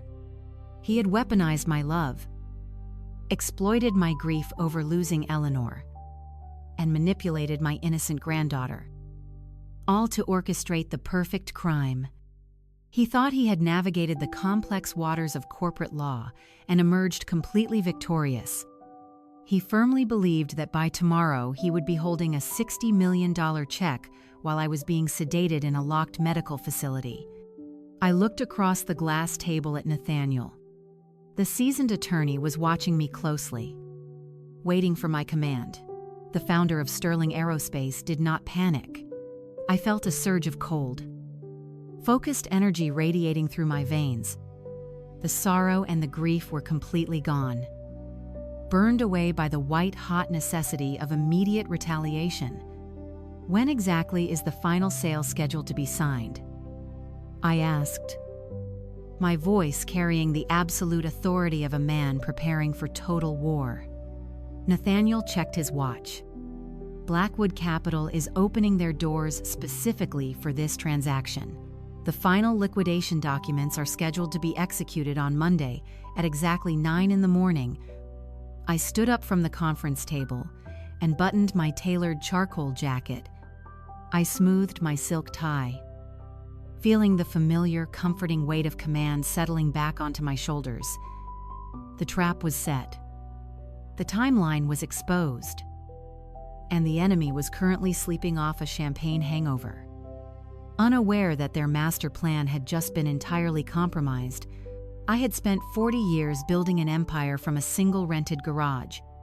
I knew every vulnerability, every legal loophole, and every hidden pressure point within my own corporation. I looked Nathaniel Reed in the eyes. I have exactly 24 hours to destroy his empire. Let us get to work. Nathaniel opened his laptop, the harsh glow illuminating the sharp lines of his tired face. We did not waste a single second. The clock was ticking down to the Monday morning meeting at the venture capital firm, and we had an immense amount of complex legal restructuring to accomplish before the sun came up over the Chicago skyline. Julian believed he had successfully paralyzed my corporate authority, assuming that the fraudulent power of attorney and my supposed mental decline gave him unchallenged dominion over Sterling Aerospace. He was operating under the arrogant assumption that a global manufacturing company is simply defined by its massive assembly floors, its fleet of delivery trucks, and its physical inventory. But Julian had never bothered to understand the true underlying architecture of the empire I had built. He was a creature of surface appearances, completely blinded by the illusion of physical, tangible assets. The real, unassailable value of Sterling Aerospace did not reside in the steel shipping containers or the distribution centers scattered across the globe. The true valuation rested entirely in our proprietary drone navigation source codes, the highly customized assembly management software, and a fiercely guarded portfolio of international aerospace patents. Those digital assets were the invisible nervous system that kept the entire global operation functioning with flawless precision. Without that specific software, the assembly lines would sit idle. The automated systems would completely freeze, and the international shipping routes would collapse into absolute irreversible chaos. Decades ago, when I first foresaw the massive digital revolution approaching the manufacturing industry, I made a crucial, completely private legal maneuver. I legally separated the intellectual property from the primary corporate structure. I registered every single algorithm, every line of proprietary code, and every core patent under a highly restricted founder designation. Julian had arrogantly assumed he was selling a fully functioning, immensely profitable gold mine to the predatory liquidators at Blackwood Capital. He had confidently promised them the keys to a kingdom he did not actually own. He had absolutely no idea that I retained the absolute unchallengeable authority to revoke the licensing rights to the essential operating software at any given moment. I was about to turn his $60 million gold mine into an empty, worthless cardboard box. "Nathaniel," I said, keeping my voice completely devoid of emotion, "draft the immediate transfer protocols right now. I want every single patent, every registered copyright, and all the proprietary navigation source codes completely stripped away from the Sterling Aerospace corporate umbrella immediately." "Where exactly are we moving them?" Nathaniel asked, his fingers already flying across his illuminated keyboard with practiced lethal speed. "We are moving them into a brand new, completely insulated holding entity," I replied, staring out at the dark city. "Register it immediately in Delaware. Name it Horizon Prime Dynamics.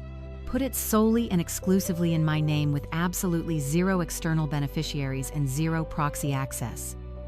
Nobody breathes on these digital assets without my physical signature." Nathaniel nodded once. His eyes locked intensely onto his glowing screen as he began executing the massive digital transfer. For the next 5 hours, the secure soundproof conference room was filled only with the rapid clicking of keyboard keys and the quiet rustle of dense, heavily redacted legal documents. We worked in perfect silence, moving with the seamless, unspoken synergy of two men who had fought and won countless vicious corporate wars together over the past 20 years. We initiated emergency digital notarizations, formally transferred the international intellectual property licenses, and legally severed the operating software from the main corporate body. We systematically gutted the very core of the company, extracting its beating digital heart and leaving behind only a hollow, useless physical shell. The process was completely untraceable to anyone operating inside the standard corporate framework. It was a surgical strike executed with absolute precision. By the time the first pale rays of morning light began to bleed through the tall glass windows of the executive suite, the massive corporate extraction was completely finalized.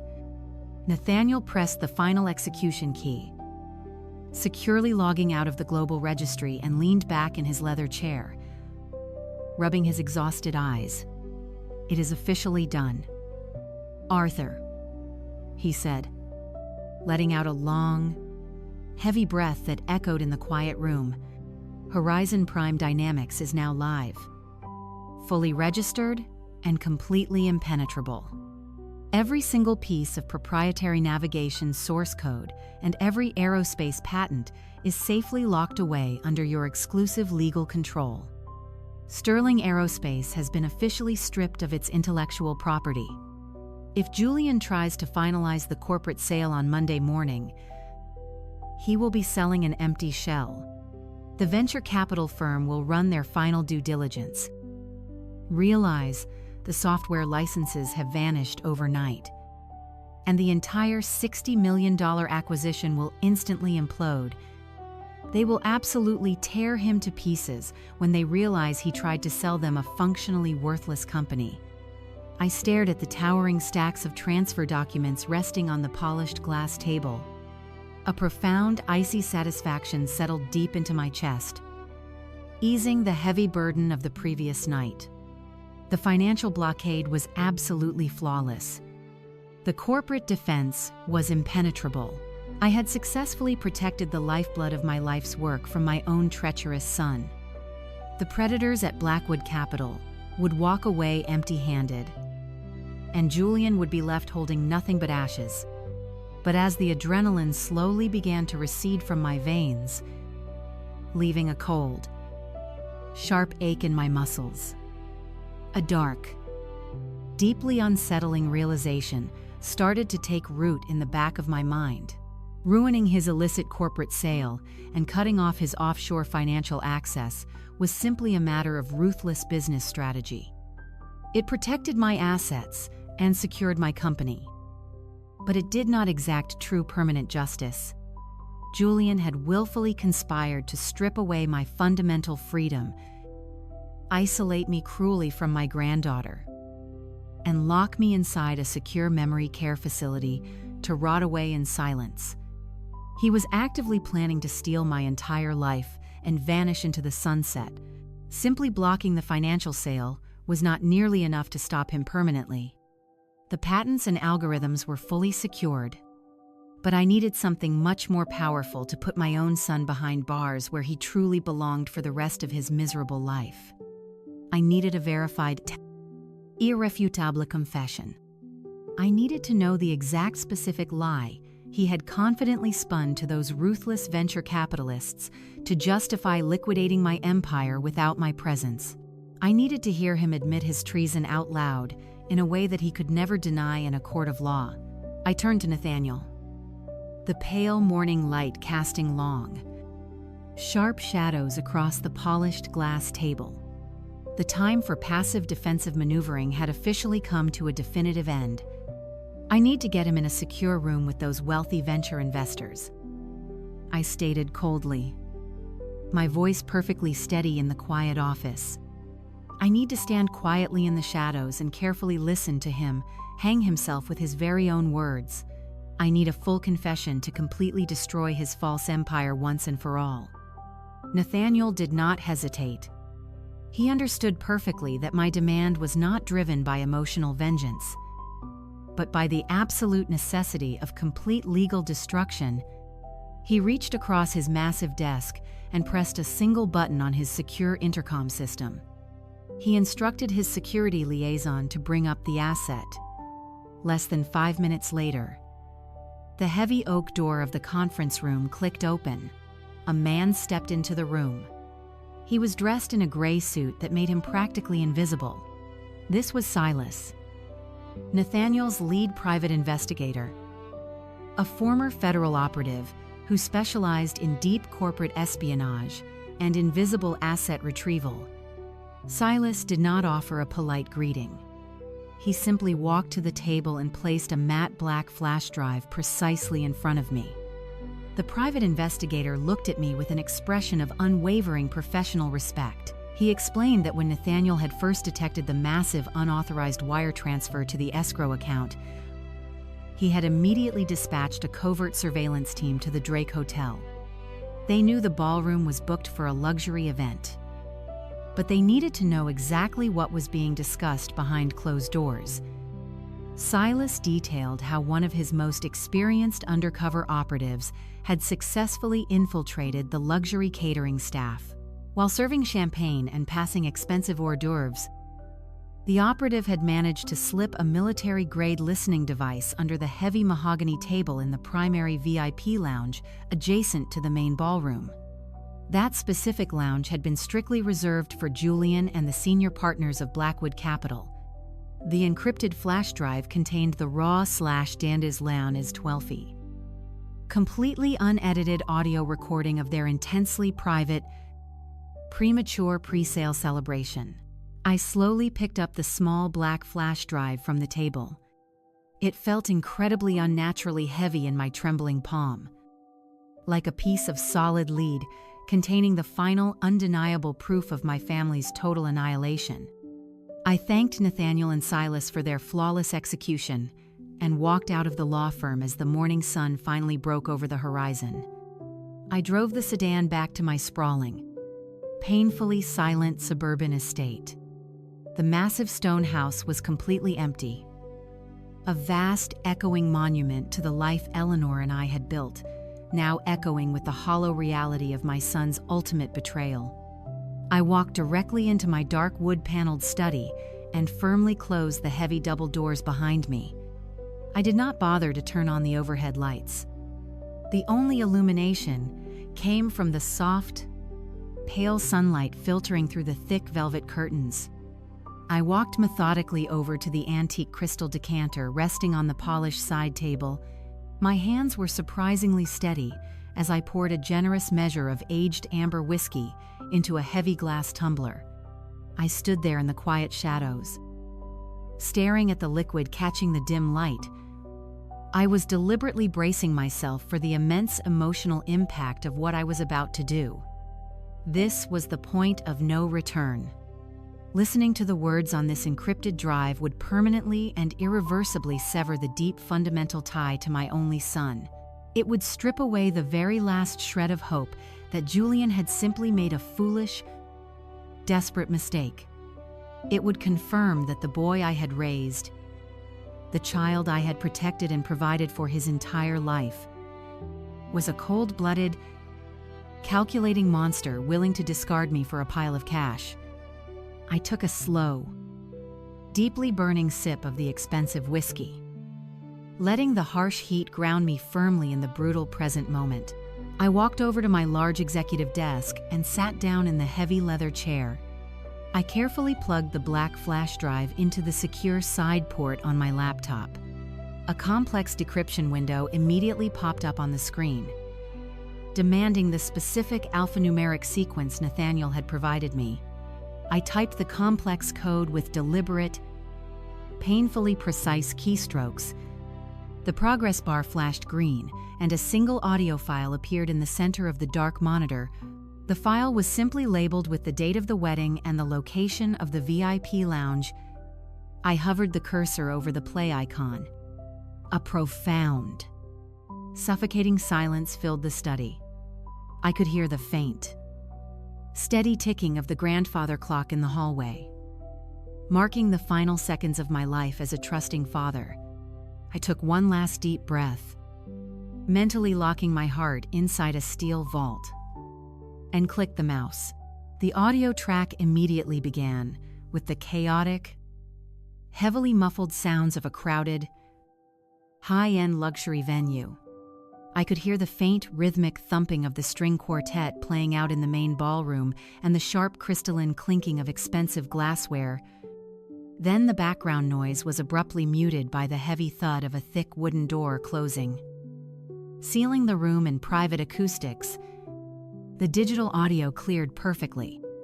There were several distinct voices in the room, men laughing and congratulating each other in the arrogant, relaxed tone of predators who had successfully cornered their prey. I recognized the smooth, practiced voices of the Blackwood liquidators.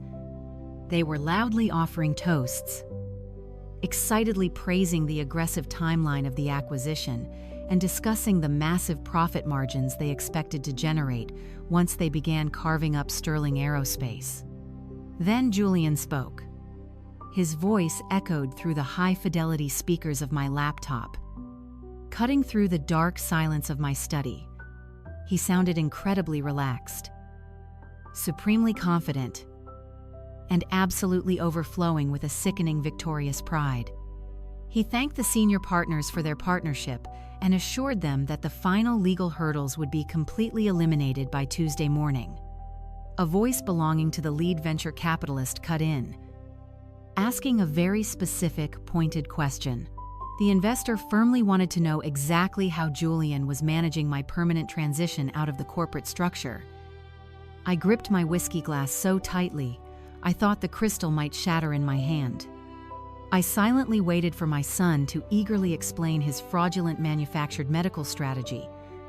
I waited for him to casually dismiss my life and my legacy.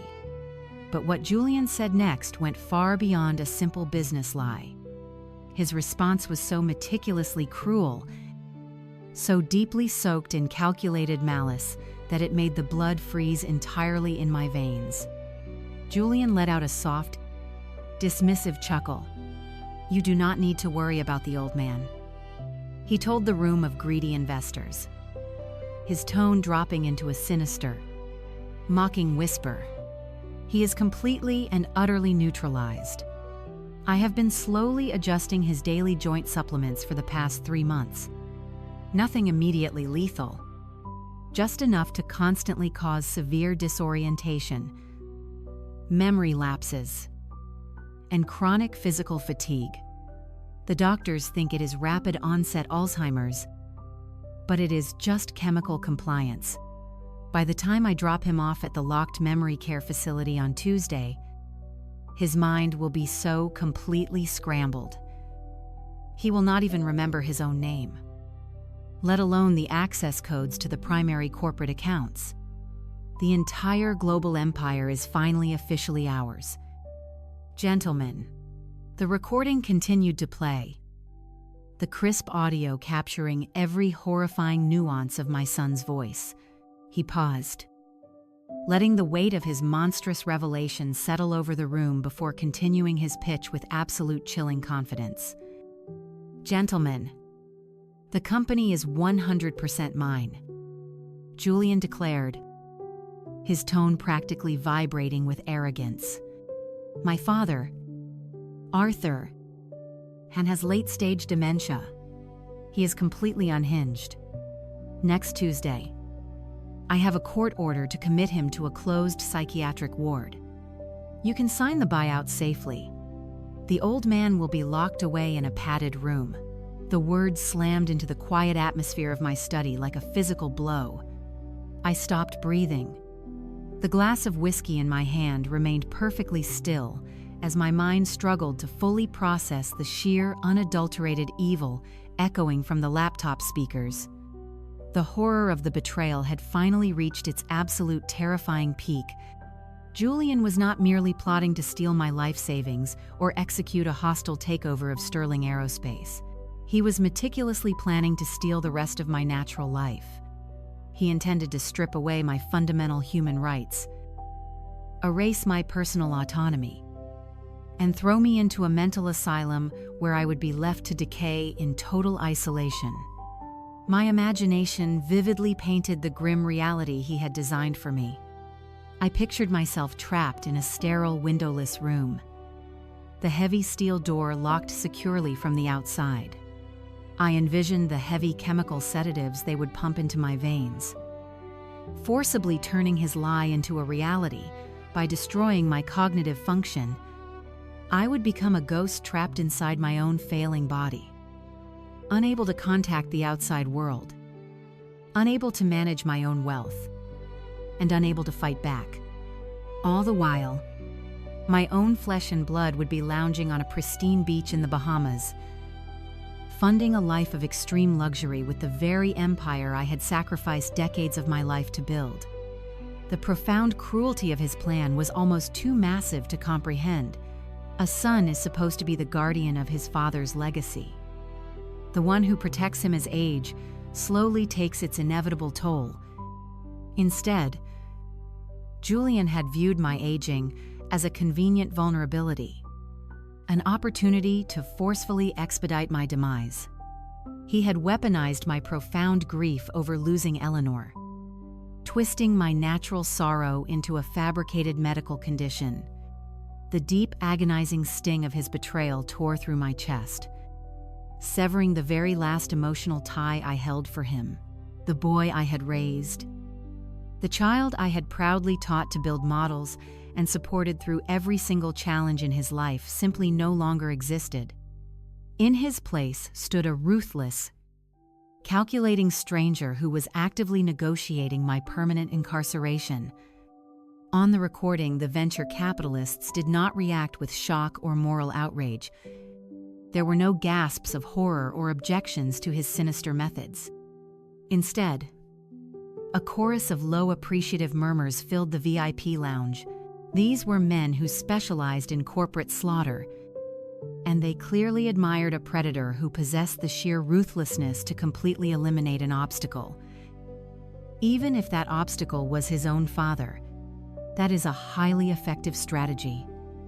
One of the senior investors remarked, his voice smooth and entirely devoid of basic human empathy. Securing the medical mandate ensures there will be absolutely zero legal friction during the asset transfer. Once he is institutionalized, the board of directors will have no choice but to recognize your total authority. We can finalize the asset acquisition smoothly. The paperwork will be drafted and ready for your signature precisely at 9 on Monday morning. Excellent, Julian replied, the sickening sound of a champagne flute being refilled, echoing clearly through the audio feed. By the time the ink dries on the sale documents, Chloe and I will be miles away. We have already finalized the offshore accounts. The transition will be completely seamless. I sat rigidly in my heavy leather chair, the dim morning light casting long shadows across my mahogany desk. The raw reality of the situation crystallized in my mind with terrifying clarity. I was completely alone in a house that my son had transformed into a trap. Every meal I had eaten, every cup of coffee Chloe had so graciously poured for me, every supposedly harmless supplement I had swallowed over the past 3 months had been laced with chemical subjugation. They had been slowly poisoning me in my own home, carefully preparing me for the slaughter. My survival was no longer guaranteed by my wealth or my status. It depended entirely on my ability to strike back with overwhelming, devastating force before the Tuesday deadline. The audio recording captured the soft, rhythmic clinking of crystal glasses as the men toasted to their newly formed alliance, to the successful acquisition of Sterling Aerospace.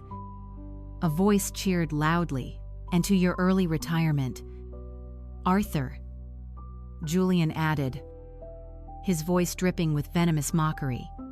I reached out with a trembling hand, preparing to press the stop button on the keyboard. I had heard enough. I had the absolute irrefutable confession I needed to involve the federal authorities and send my son to a maximum security prison. I had the exact details of the transaction, the timeline, and the medical conspiracy. I was ready to close the laptop and make the call to Nathaniel Reed to authorize the final lethal phase of our counterattack. But as my finger hovered over the trackpad, the ambient noise on the recording suddenly shifted. The heavy polished wooden door of the Drake Hotel VIP lounge creaked open, instantly silencing the jovial celebration of the investors. The sudden hush in the room was palpable, heavy with unexpected tension. Julian, a delicate. Familiar voice called out, cutting sharply through the stale air of the lounge. The sound made the blood freeze solidly in my veins. It was a voice I recognized instantly, a voice that had always brought me immense joy and comfort, a voice that belonged to a young woman who was supposedly suffering from crippling social anxiety, a girl who I thought was having a quiet, rustic boat cruise while this extravagant corporate networking event raged on without her. I listened completely paralyzed in my chair as the distinct heavy rustle of a massive silk wedding gown dragged across the hardwood floor of the VIP lounge. The soft, measured footsteps approached the center of the room. It was Lily. My innocent, beloved granddaughter had just walked directly into the private den of corporate wolves. Lily, Julian said, his tone instantly shifting from ruthless corporate predator to a warm, welcoming patriarch. What are you doing away from the main ballroom? The investors are just finalizing the last details. I wanted to make sure everything was proceeding exactly as we planned. Lily replied, her voice completely devoid of the sweet, anxious innocence she had always displayed in my presence. Her tone was sharp, cold, and dripping with an authoritative confidence that I had never heard before. I pressed the laptop speaker closer to my ear, my heart hammering violently against my ribs as the horrifying truth began to unfold. The paperwork is ready for Monday, Julian assured her smoothly. The old man is completely sedated back at the estate. He missed the entire evening, just as you predicted. Excellent, Lily said, her voice echoing clearly through the hidden microphone. Because if we are going to liquidate grandfather's empire and disappear to the islands, I need absolute confirmation that the Blackwood funds will clear before Tuesday morning. I am not boarding that plane until the $60 million is safely locked in our Bahamas accounts. The room spun around me. The glass of whiskey slipped from my numb fingers, shattering against the hardwood floor. The betrayal was not just Julian and Chloe. The poison ran through the entire bloodline. My precious granddaughter was the architect. Or so I thought for one horrifying second. My overloaded mind had momentarily betrayed me. The cold voice demanding confirmation of the offshore transfer was not Lily. It belonged to the venture capital partner. But the rustle of heavy silk was real. Erratic footsteps rushed into the center of the private lounge. The spacious room fell utterly silent. The clinking of expensive crystal glasses instantly stopped. The arrogant, triumphant laughter died instantly right in the throats of the corporate predators. A fragile, trembling voice pierced the toxic cigar-scented atmosphere of the room. It was Lily, my actual innocent granddaughter. The crushing, suffocating weight on my chest evaporated in a fraction of a second, instantly replaced by sharp, agonizing clarity as I listened to the raw, undeniable devastation in her young voice. She was completely hyperventilating, struggling deeply to catch her breath and speak clearly. "Where is he?" Lily demanded, her voice thick and heavy with uncontrollable sobbing. "Where is Grandpa? Why is he not here? You promised me he was coming. You said his car was already on the way." The anguish radiating from the speakers was absolutely genuine. There was no calculation in her tone, no hidden agenda. She was completely innocent. She was not a co-conspirator in their plot to dismantle my life. She was a pawn on their twisted chessboard, manipulated just as ruthlessly as I was. Julian attempted to speak, but his voice lacked its arrogant swagger. He stammered, caught completely off guard by her sudden intrusion.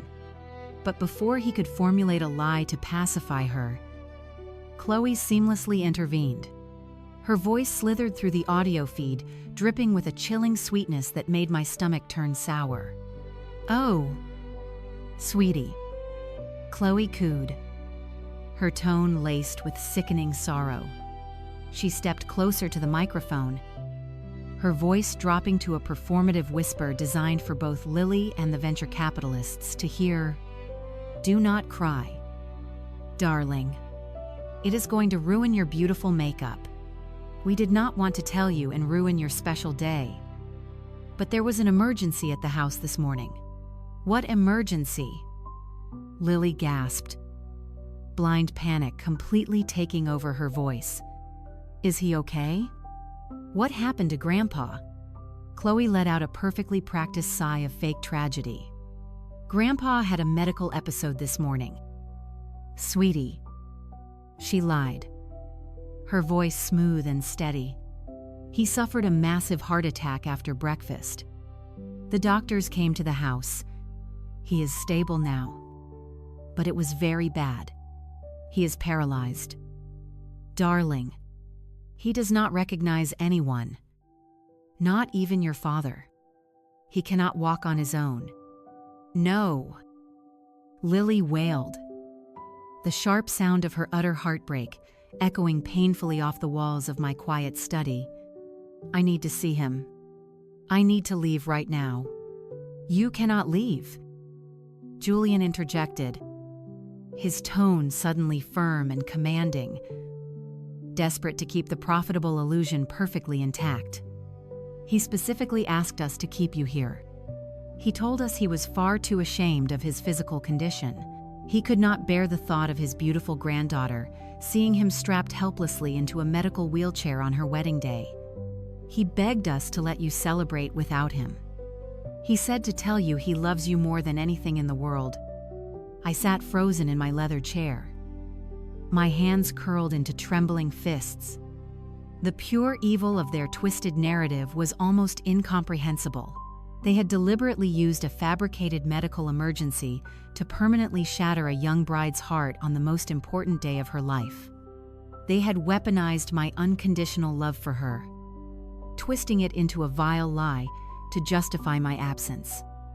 They painted me as a humiliated old man, hiding away in shame.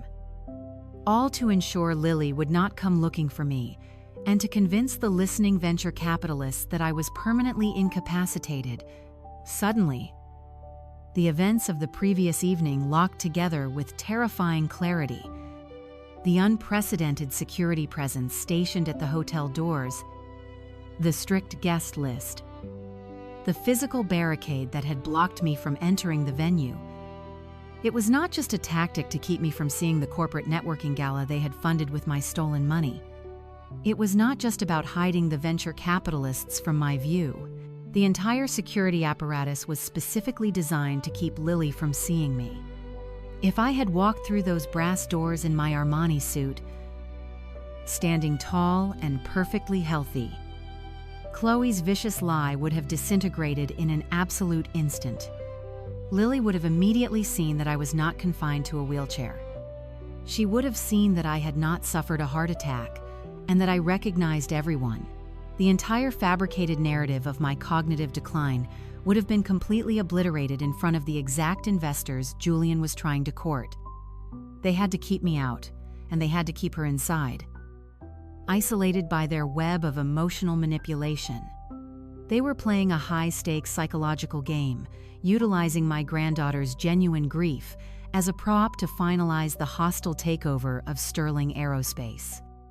On the recording, Chloe continued to comfort Lily, murmuring soothing lies while gently guiding her out of the VIP lounge and back toward the main reception. The heavy wooden door clicked shut again, leaving Julian alone with the silent investors. He immediately let out a long, exaggerated sigh of relief. "You see, gentlemen," Julian said, his voice returning to its normal, arrogant pitch. "The family situation is tragic, but it is being handled. Now, let us return to the precise terms of the liquidation." I did not need to hear another single word. I reached forward and firmly pressed the stop button on my keyboard. The encrypted audio file ceased, plunging my home office back into deep, absolute silence. I sat in the dim morning light, staring blankly at the dark monitor. The profound, suffocating sadness that had weighed down my soul for the past 6 months, the agonizing grief of losing my wife and watching my son drift away, completely vanished. The sorrow was entirely gone. In its place, a pure glacial wrath settled permanently into my bones. It was a cold, mechanical determination that left no room for mercy, hesitation, or paternal forgiveness. Julian and Chloe were no longer family. They were a malignant infection that needed to be surgically excised from my life and my legacy. They had stolen my money, plotted to steal my freedom, and tortured my granddaughter for corporate gain. I reached across the mahogany desk and picked up my cell phone. My thumb scrolled rapidly through the contact list until I found her private number. Blackwood Capital was expecting to sign the final acquisition paperwork on Monday morning. Julian was expecting to lock me in a memory care facility on Tuesday. But the entire architecture of their criminal conspiracy relied on Lily remaining completely in the dark. It relied on the false illusion of my silent, compliant decay. I pressed the green call button and raised the phone to my ear, listening to the steady ringing. It was time to tear their reality to the ground. Lily answered on the third ring. Her voice was small, choked with tears and exhaustion. She whispered a cautious hello, expecting tragic news about my condition. I kept my voice perfectly steady. I told her I needed to see her immediately in person, away from the manipulative influence of her parents. I instructed her to meet me at a quiet, obscure diner on the northern edge of the city, a comfortable place we used to visit when she was a little girl. I explicitly emphasized that she must not tell Julian or Chloe where she was going under any circumstances. I could hear the deep confusion and the desperate, fragile hope warring in her brief silence before she finally agreed to my sudden request. I arrived early, choosing a secluded booth in the back corner. The Sunday crowd was sparse. I ordered a simple black coffee and sat with my back firmly against the brick wall, the manila folder resting squarely on the table in front of me. I wore a crisp navy suit and carried myself with the rigid, upright posture of a man completely in command of his physical and mental faculties. There was no medical wheelchair. There was no slack-jawed, vacant stare. There was only the resolute, unyielding founder of Sterling Aerospace, waiting patiently for his beloved granddaughter. When the bell chimed, Lily walked in.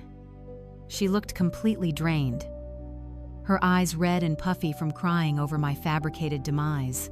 She anxiously scanned the room before finally locking onto me.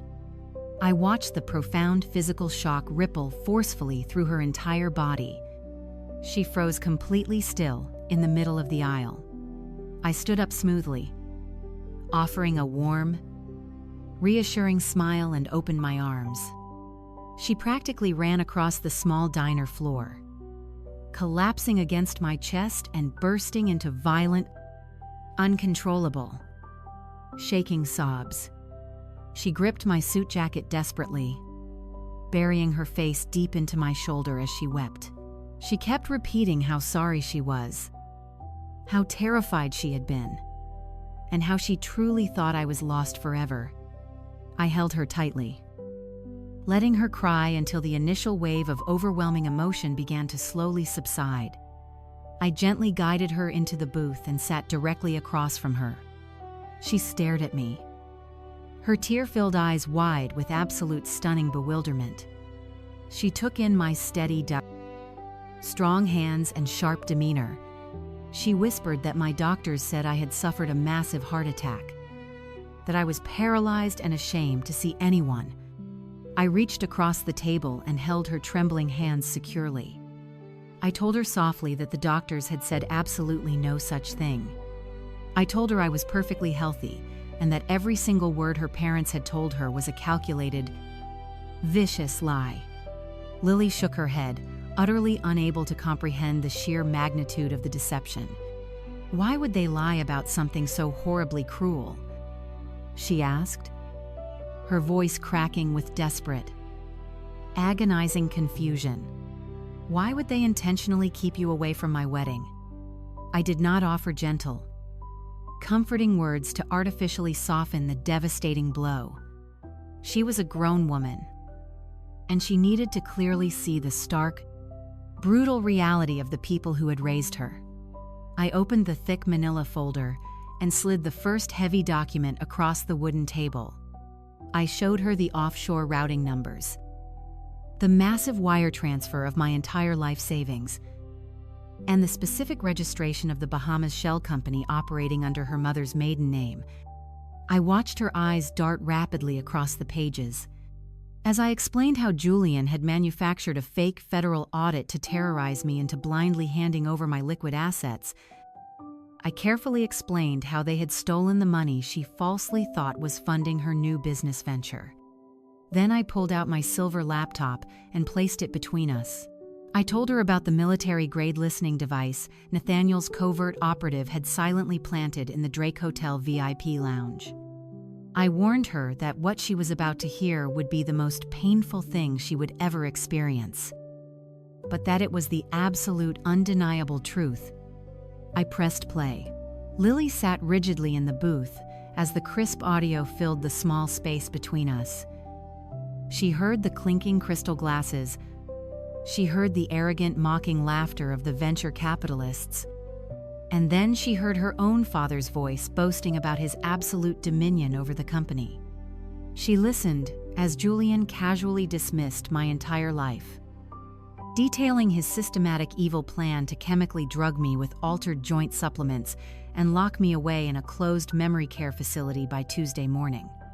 She heard him proudly promise the investors a seamless $60 million buyout while I rotted away in a padded room, the blood completely drained from Lily's beautiful face, leaving her pale and visibly trembling. But the digital tape was not over. She listened as her own innocent voice intruded on the recording, desperately asking for me. And then she heard her mother's sickening sweet voice spinning the vile lie about my heart attack, painting a tragic, pathetic picture of a broken old man too ashamed to be seen. She heard Julian expertly manipulate her deep grief to get her out of the room so he could finalize his corporate treason. I stopped the audio track and gently closed the laptop. The silence at our table was heavier than solid lead. Lily stared blankly at the dark screen, her chest heaving with shallow, highly erratic breaths. Her entire worldview was violently shattering right in front of me. The foundation of love and trust she had built her young life upon was brutally exposed as a rotting, toxic lie. She finally realized the staggering, horrific depth of their depravity. Her beautiful, perfect wedding was nothing but a cheap, extravagant smokescreen. It was a corporate networking gala designed specifically to court the very predators who wanted to butcher her grandfather's legacy. Her parents had used her special day as a glamorous distraction while they attempted to bury me alive and flee the country with a stolen fortune. For several long, agonizing minutes, Lily did not speak a single word. She simply sat there processing the trauma of the ultimate familial betrayal. I watched the profound sadness slowly drain out of her young, tear-stained face. I watched the deep confusion and heartbreak harden into something entirely different. The tears completely stopped falling. Her posture straightened perfectly, mimicking the rigid, tan, unforgiving stance I had adopted since discovering the plot. The devastation in her eyes crystallized into a pure glacial wrath that perfectly mirrored the cold, dangerous fire burning inside my chest. She was a true Sterling, and the Sterling blood ran deep. Lily reached up and methodically wiped the remaining moisture from her pale cheeks with the back of her hand. She took a deep, steadying breath, exhaling a long, heavy, ragged sigh. She looked me directly in the eyes. "Grandpa," she said, her voice dropping into a smooth, dangerous calm. "What time is the board meeting tomorrow? I want to watch them burn." I smiled, a terrifying smile that matched her icy determination. I told her the meeting was set for 8:55 sharp Cente. We spent the entirety of that long Sunday afternoon meticulously coordinating our strike. Lily did not return to the sprawling estate she shared with her new husband. Instead, she stayed hidden in a luxury suite I booked under a corporate alias. Nathaniel Reed worked through the night finalizing the emergency injunctions and coordinating with his contacts at the Federal Bureau of Investigation.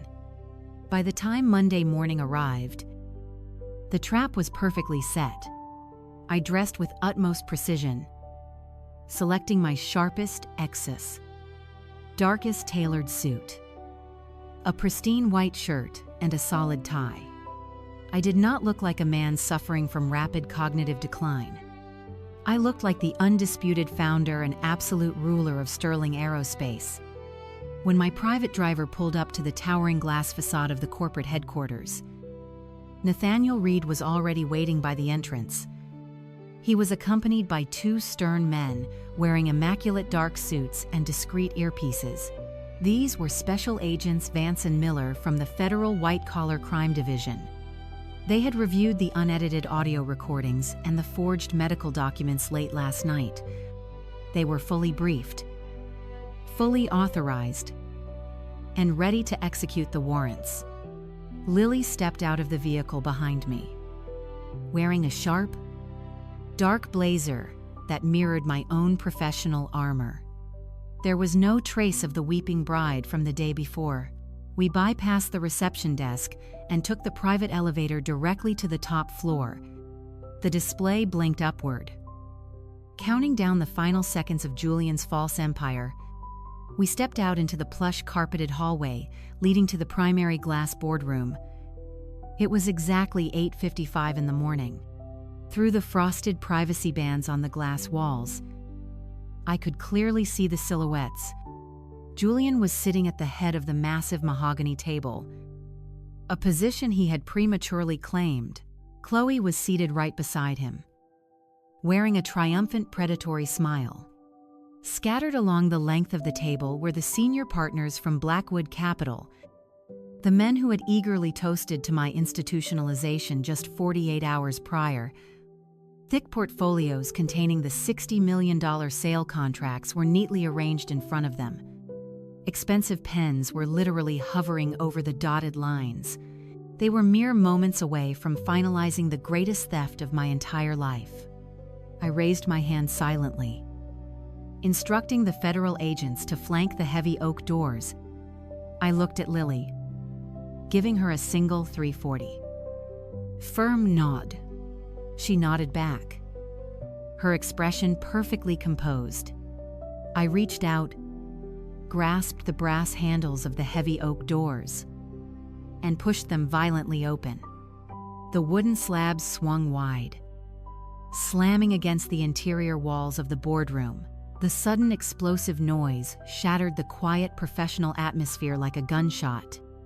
Every single head in the room snapped toward the entrance in absolute shock. I walked slowly and deliberately into the boardroom, my posture perfectly rigid, my gaze locked entirely on my son. Nathaniel Reed stepped in smoothly to my right, his leather briefcase clutched in his hand. Lily walked in to my left, her chin held high, radiating a quiet, lethal authority. The two federal agents followed closely behind us, immediately taking up positions just inside the doorway, effectively sealing the exit. The color instantly drained from Julian's face, leaving him looking like a freshly painted corpse. His mouth opened and closed several times, desperately struggling to form basic words as his brain violently rejected the reality standing right in front of him. The expensive silver pen slipped from his trembling fingers and clattered loudly against the polished mahogany wood. "Dad," Julian stammered, his voice cracking into a pathetic and high-pitched squeak. "What are you doing here? You are supposed to be resting." The sheer audacity of his lies spoken, even as his world was visibly crumbling, fueled the righteous anger burning deep inside my chest. Chloe was completely frozen, her eyes darting frantically between me, the federal agents, and her own daughter. She looked completely terrified. The venture capitalists sat rigidly in their plush chairs, quickly realizing that the incredibly lucrative, seamless acquisition they had been promised was completely imploding before their very eyes. I did not offer a polite greeting. I did not raise my voice or resort to dramatic yelling. I maintained a smooth, icy composure that was far more terrifying than any loud outburst. I walked directly to the head of the table, stopping just inches from where Julian was sitting. I pulled a thick, heavily stamped file from inside my tailored jacket. It was the fraudulently obtained power of attorney, the forged medical evaluation, and the official injunctions Nathaniel had prepared. I raised the heavy stack of documents and slammed it down violently onto the center of the mahogany table. The sharp, explosive crack echoed off the glass walls, making the venture capitalists flinch backward in their seats. I leaned forward, resting my hands firmly on the table, bringing my face perilously close to my treacherous son. "I am not here to rest, Julian," I stated, my voice echoing with pure glacial wrath. "I am here to clean house." I turned my attention briefly toward the stunned venture investors. "I suggest you gentlemen put your pens away immediately," I instructed them, keeping my tone perfectly civil, but laced with unmistakable menace. "The $60 million acquisition you are currently attempting to finalize is based entirely on fraudulent documents, stolen corporate authority, and a malicious conspiracy to commit an elderly man to a memory care facility against his will.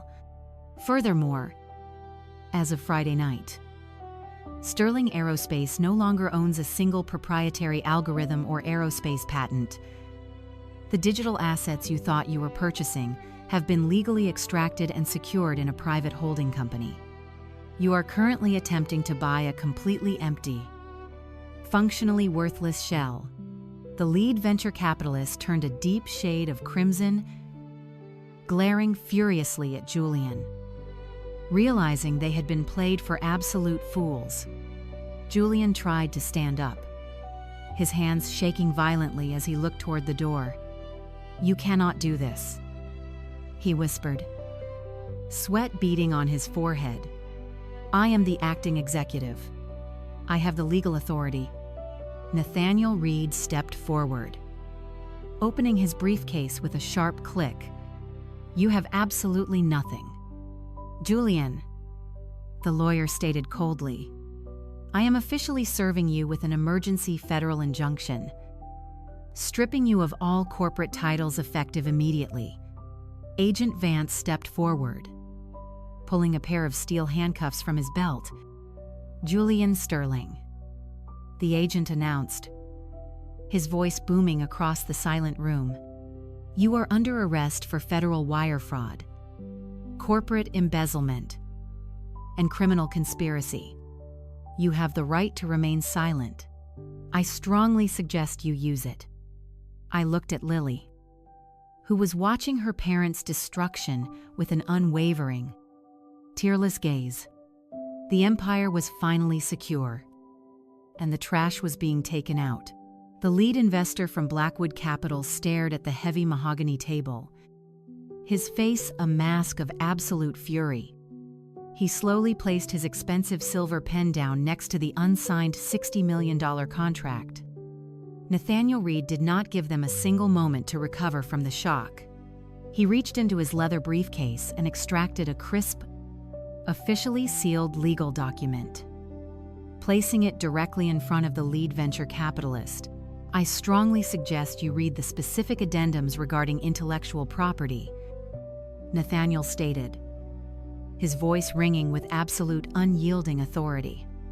"The company your team spent months evaluating no longer exists in any functional capacity.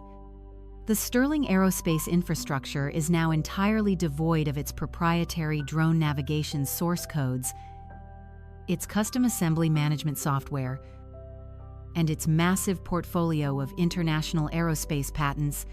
Every single piece of essential technology required to operate the manufacturing plants was legally severed from the primary corporate body on Friday evening. They belong exclusively to Arthur. You are looking at a hollow shell consisting of empty warehouses and idle assembly lines. Julian promised you a global empire, but he was attempting to sell you an empty cardboard box."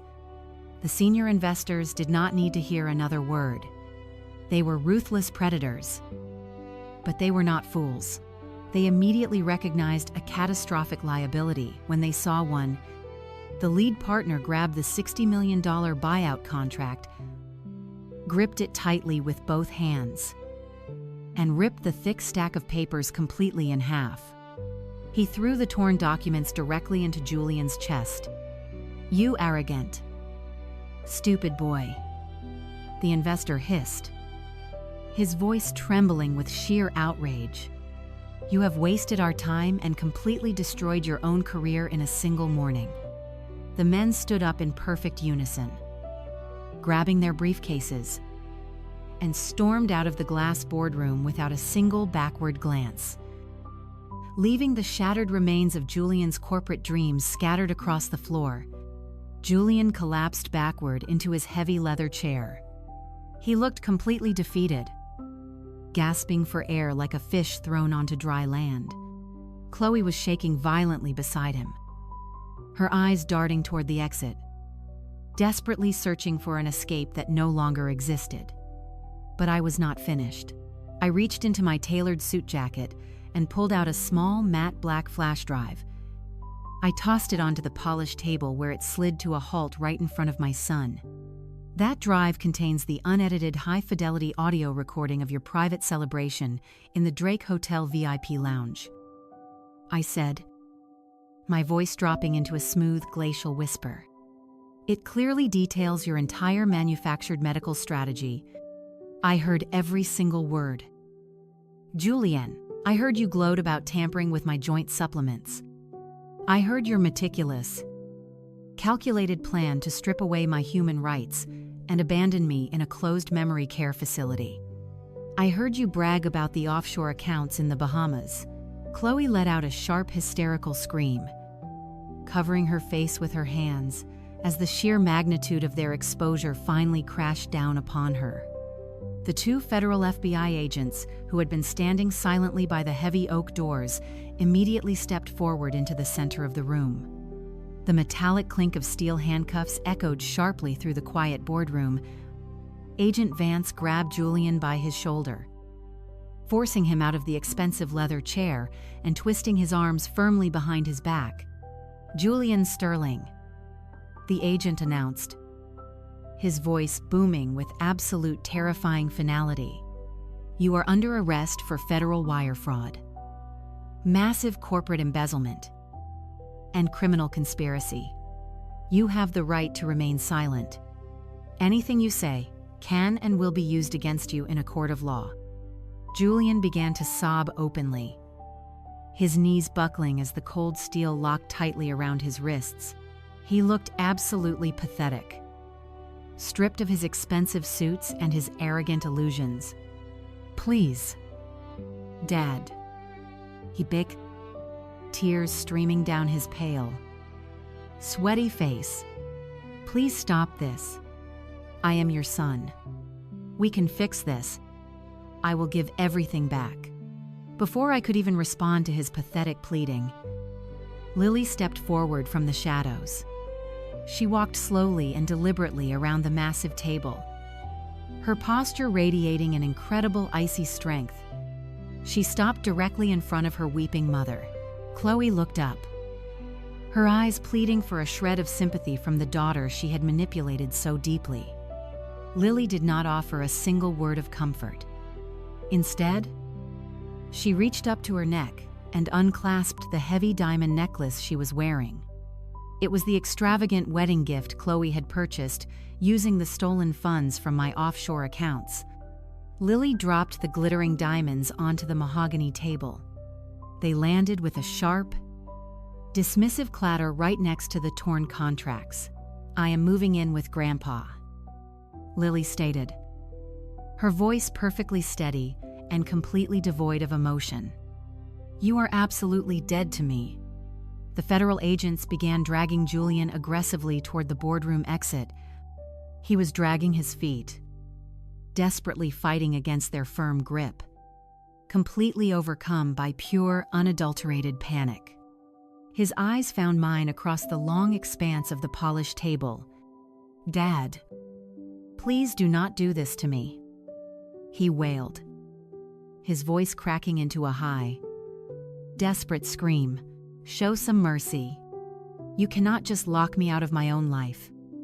I stood tall, buttoning my suit jacket with slow deliberate precision. I remembered the heavy brass doors of the hotel. I remembered standing on the cold pavement blocked by security guards while my own family celebrated my destruction inside. I looked my son dead in the eye, feeling absolutely nothing but cold, satisfying finality. "You are not on the list, Julian," I replied, my voice slicing through his hysterical sobbing like a cold, razor-sharp steel blade. There was obviously a terrible mistake. I turned my back on him without a single ounce of weak hesitation. I offered my arm to Lily. She took it firmly, holding her head high. Together, we walked out of the glass boardroom, leaving the ruined, pathetic ashes of his false empire far behind us. We stepped into the private elevator, leaving the screaming and the handcuffs to the authorities, ready to finally begin our new life. Standing on my balcony, looking out over Lake Michigan, sipping black coffee, I realized the absolute hardest truth of my 72 years. I used to forge steel with my bare hands, building magnificent towering structures that could easily touch the sky, believing my legacy was completely unbreakable. I thought every storm could be weathered, every fracture simply repaired. If I just stood strong enough, I was an architect of iron and logic, shielding my family from the bitter winds of the world, completely unaware that the rust was quietly eating away at the foundation from the inside. Time moved relentlessly like a dark river, washing away the innocence, revealing the brutal truth beneath the surface. No matter how perfectly you construct the fortress, you cannot engineer loyalty where none truly exists.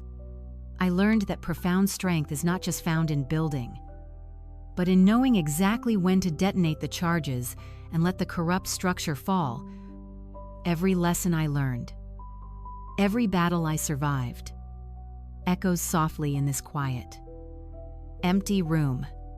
The world may attempt to shatter the monuments I built, but the bedrock of my absolute truth remains entirely impenetrable. The quiet way a father protects his own legacy, the unyielding vow to dismantle the shadows that threaten his existence. These are the unstoppable forces that conquer the night. And though the years keep moving relentlessly onward, the cold clarity of justice will forever light my path home.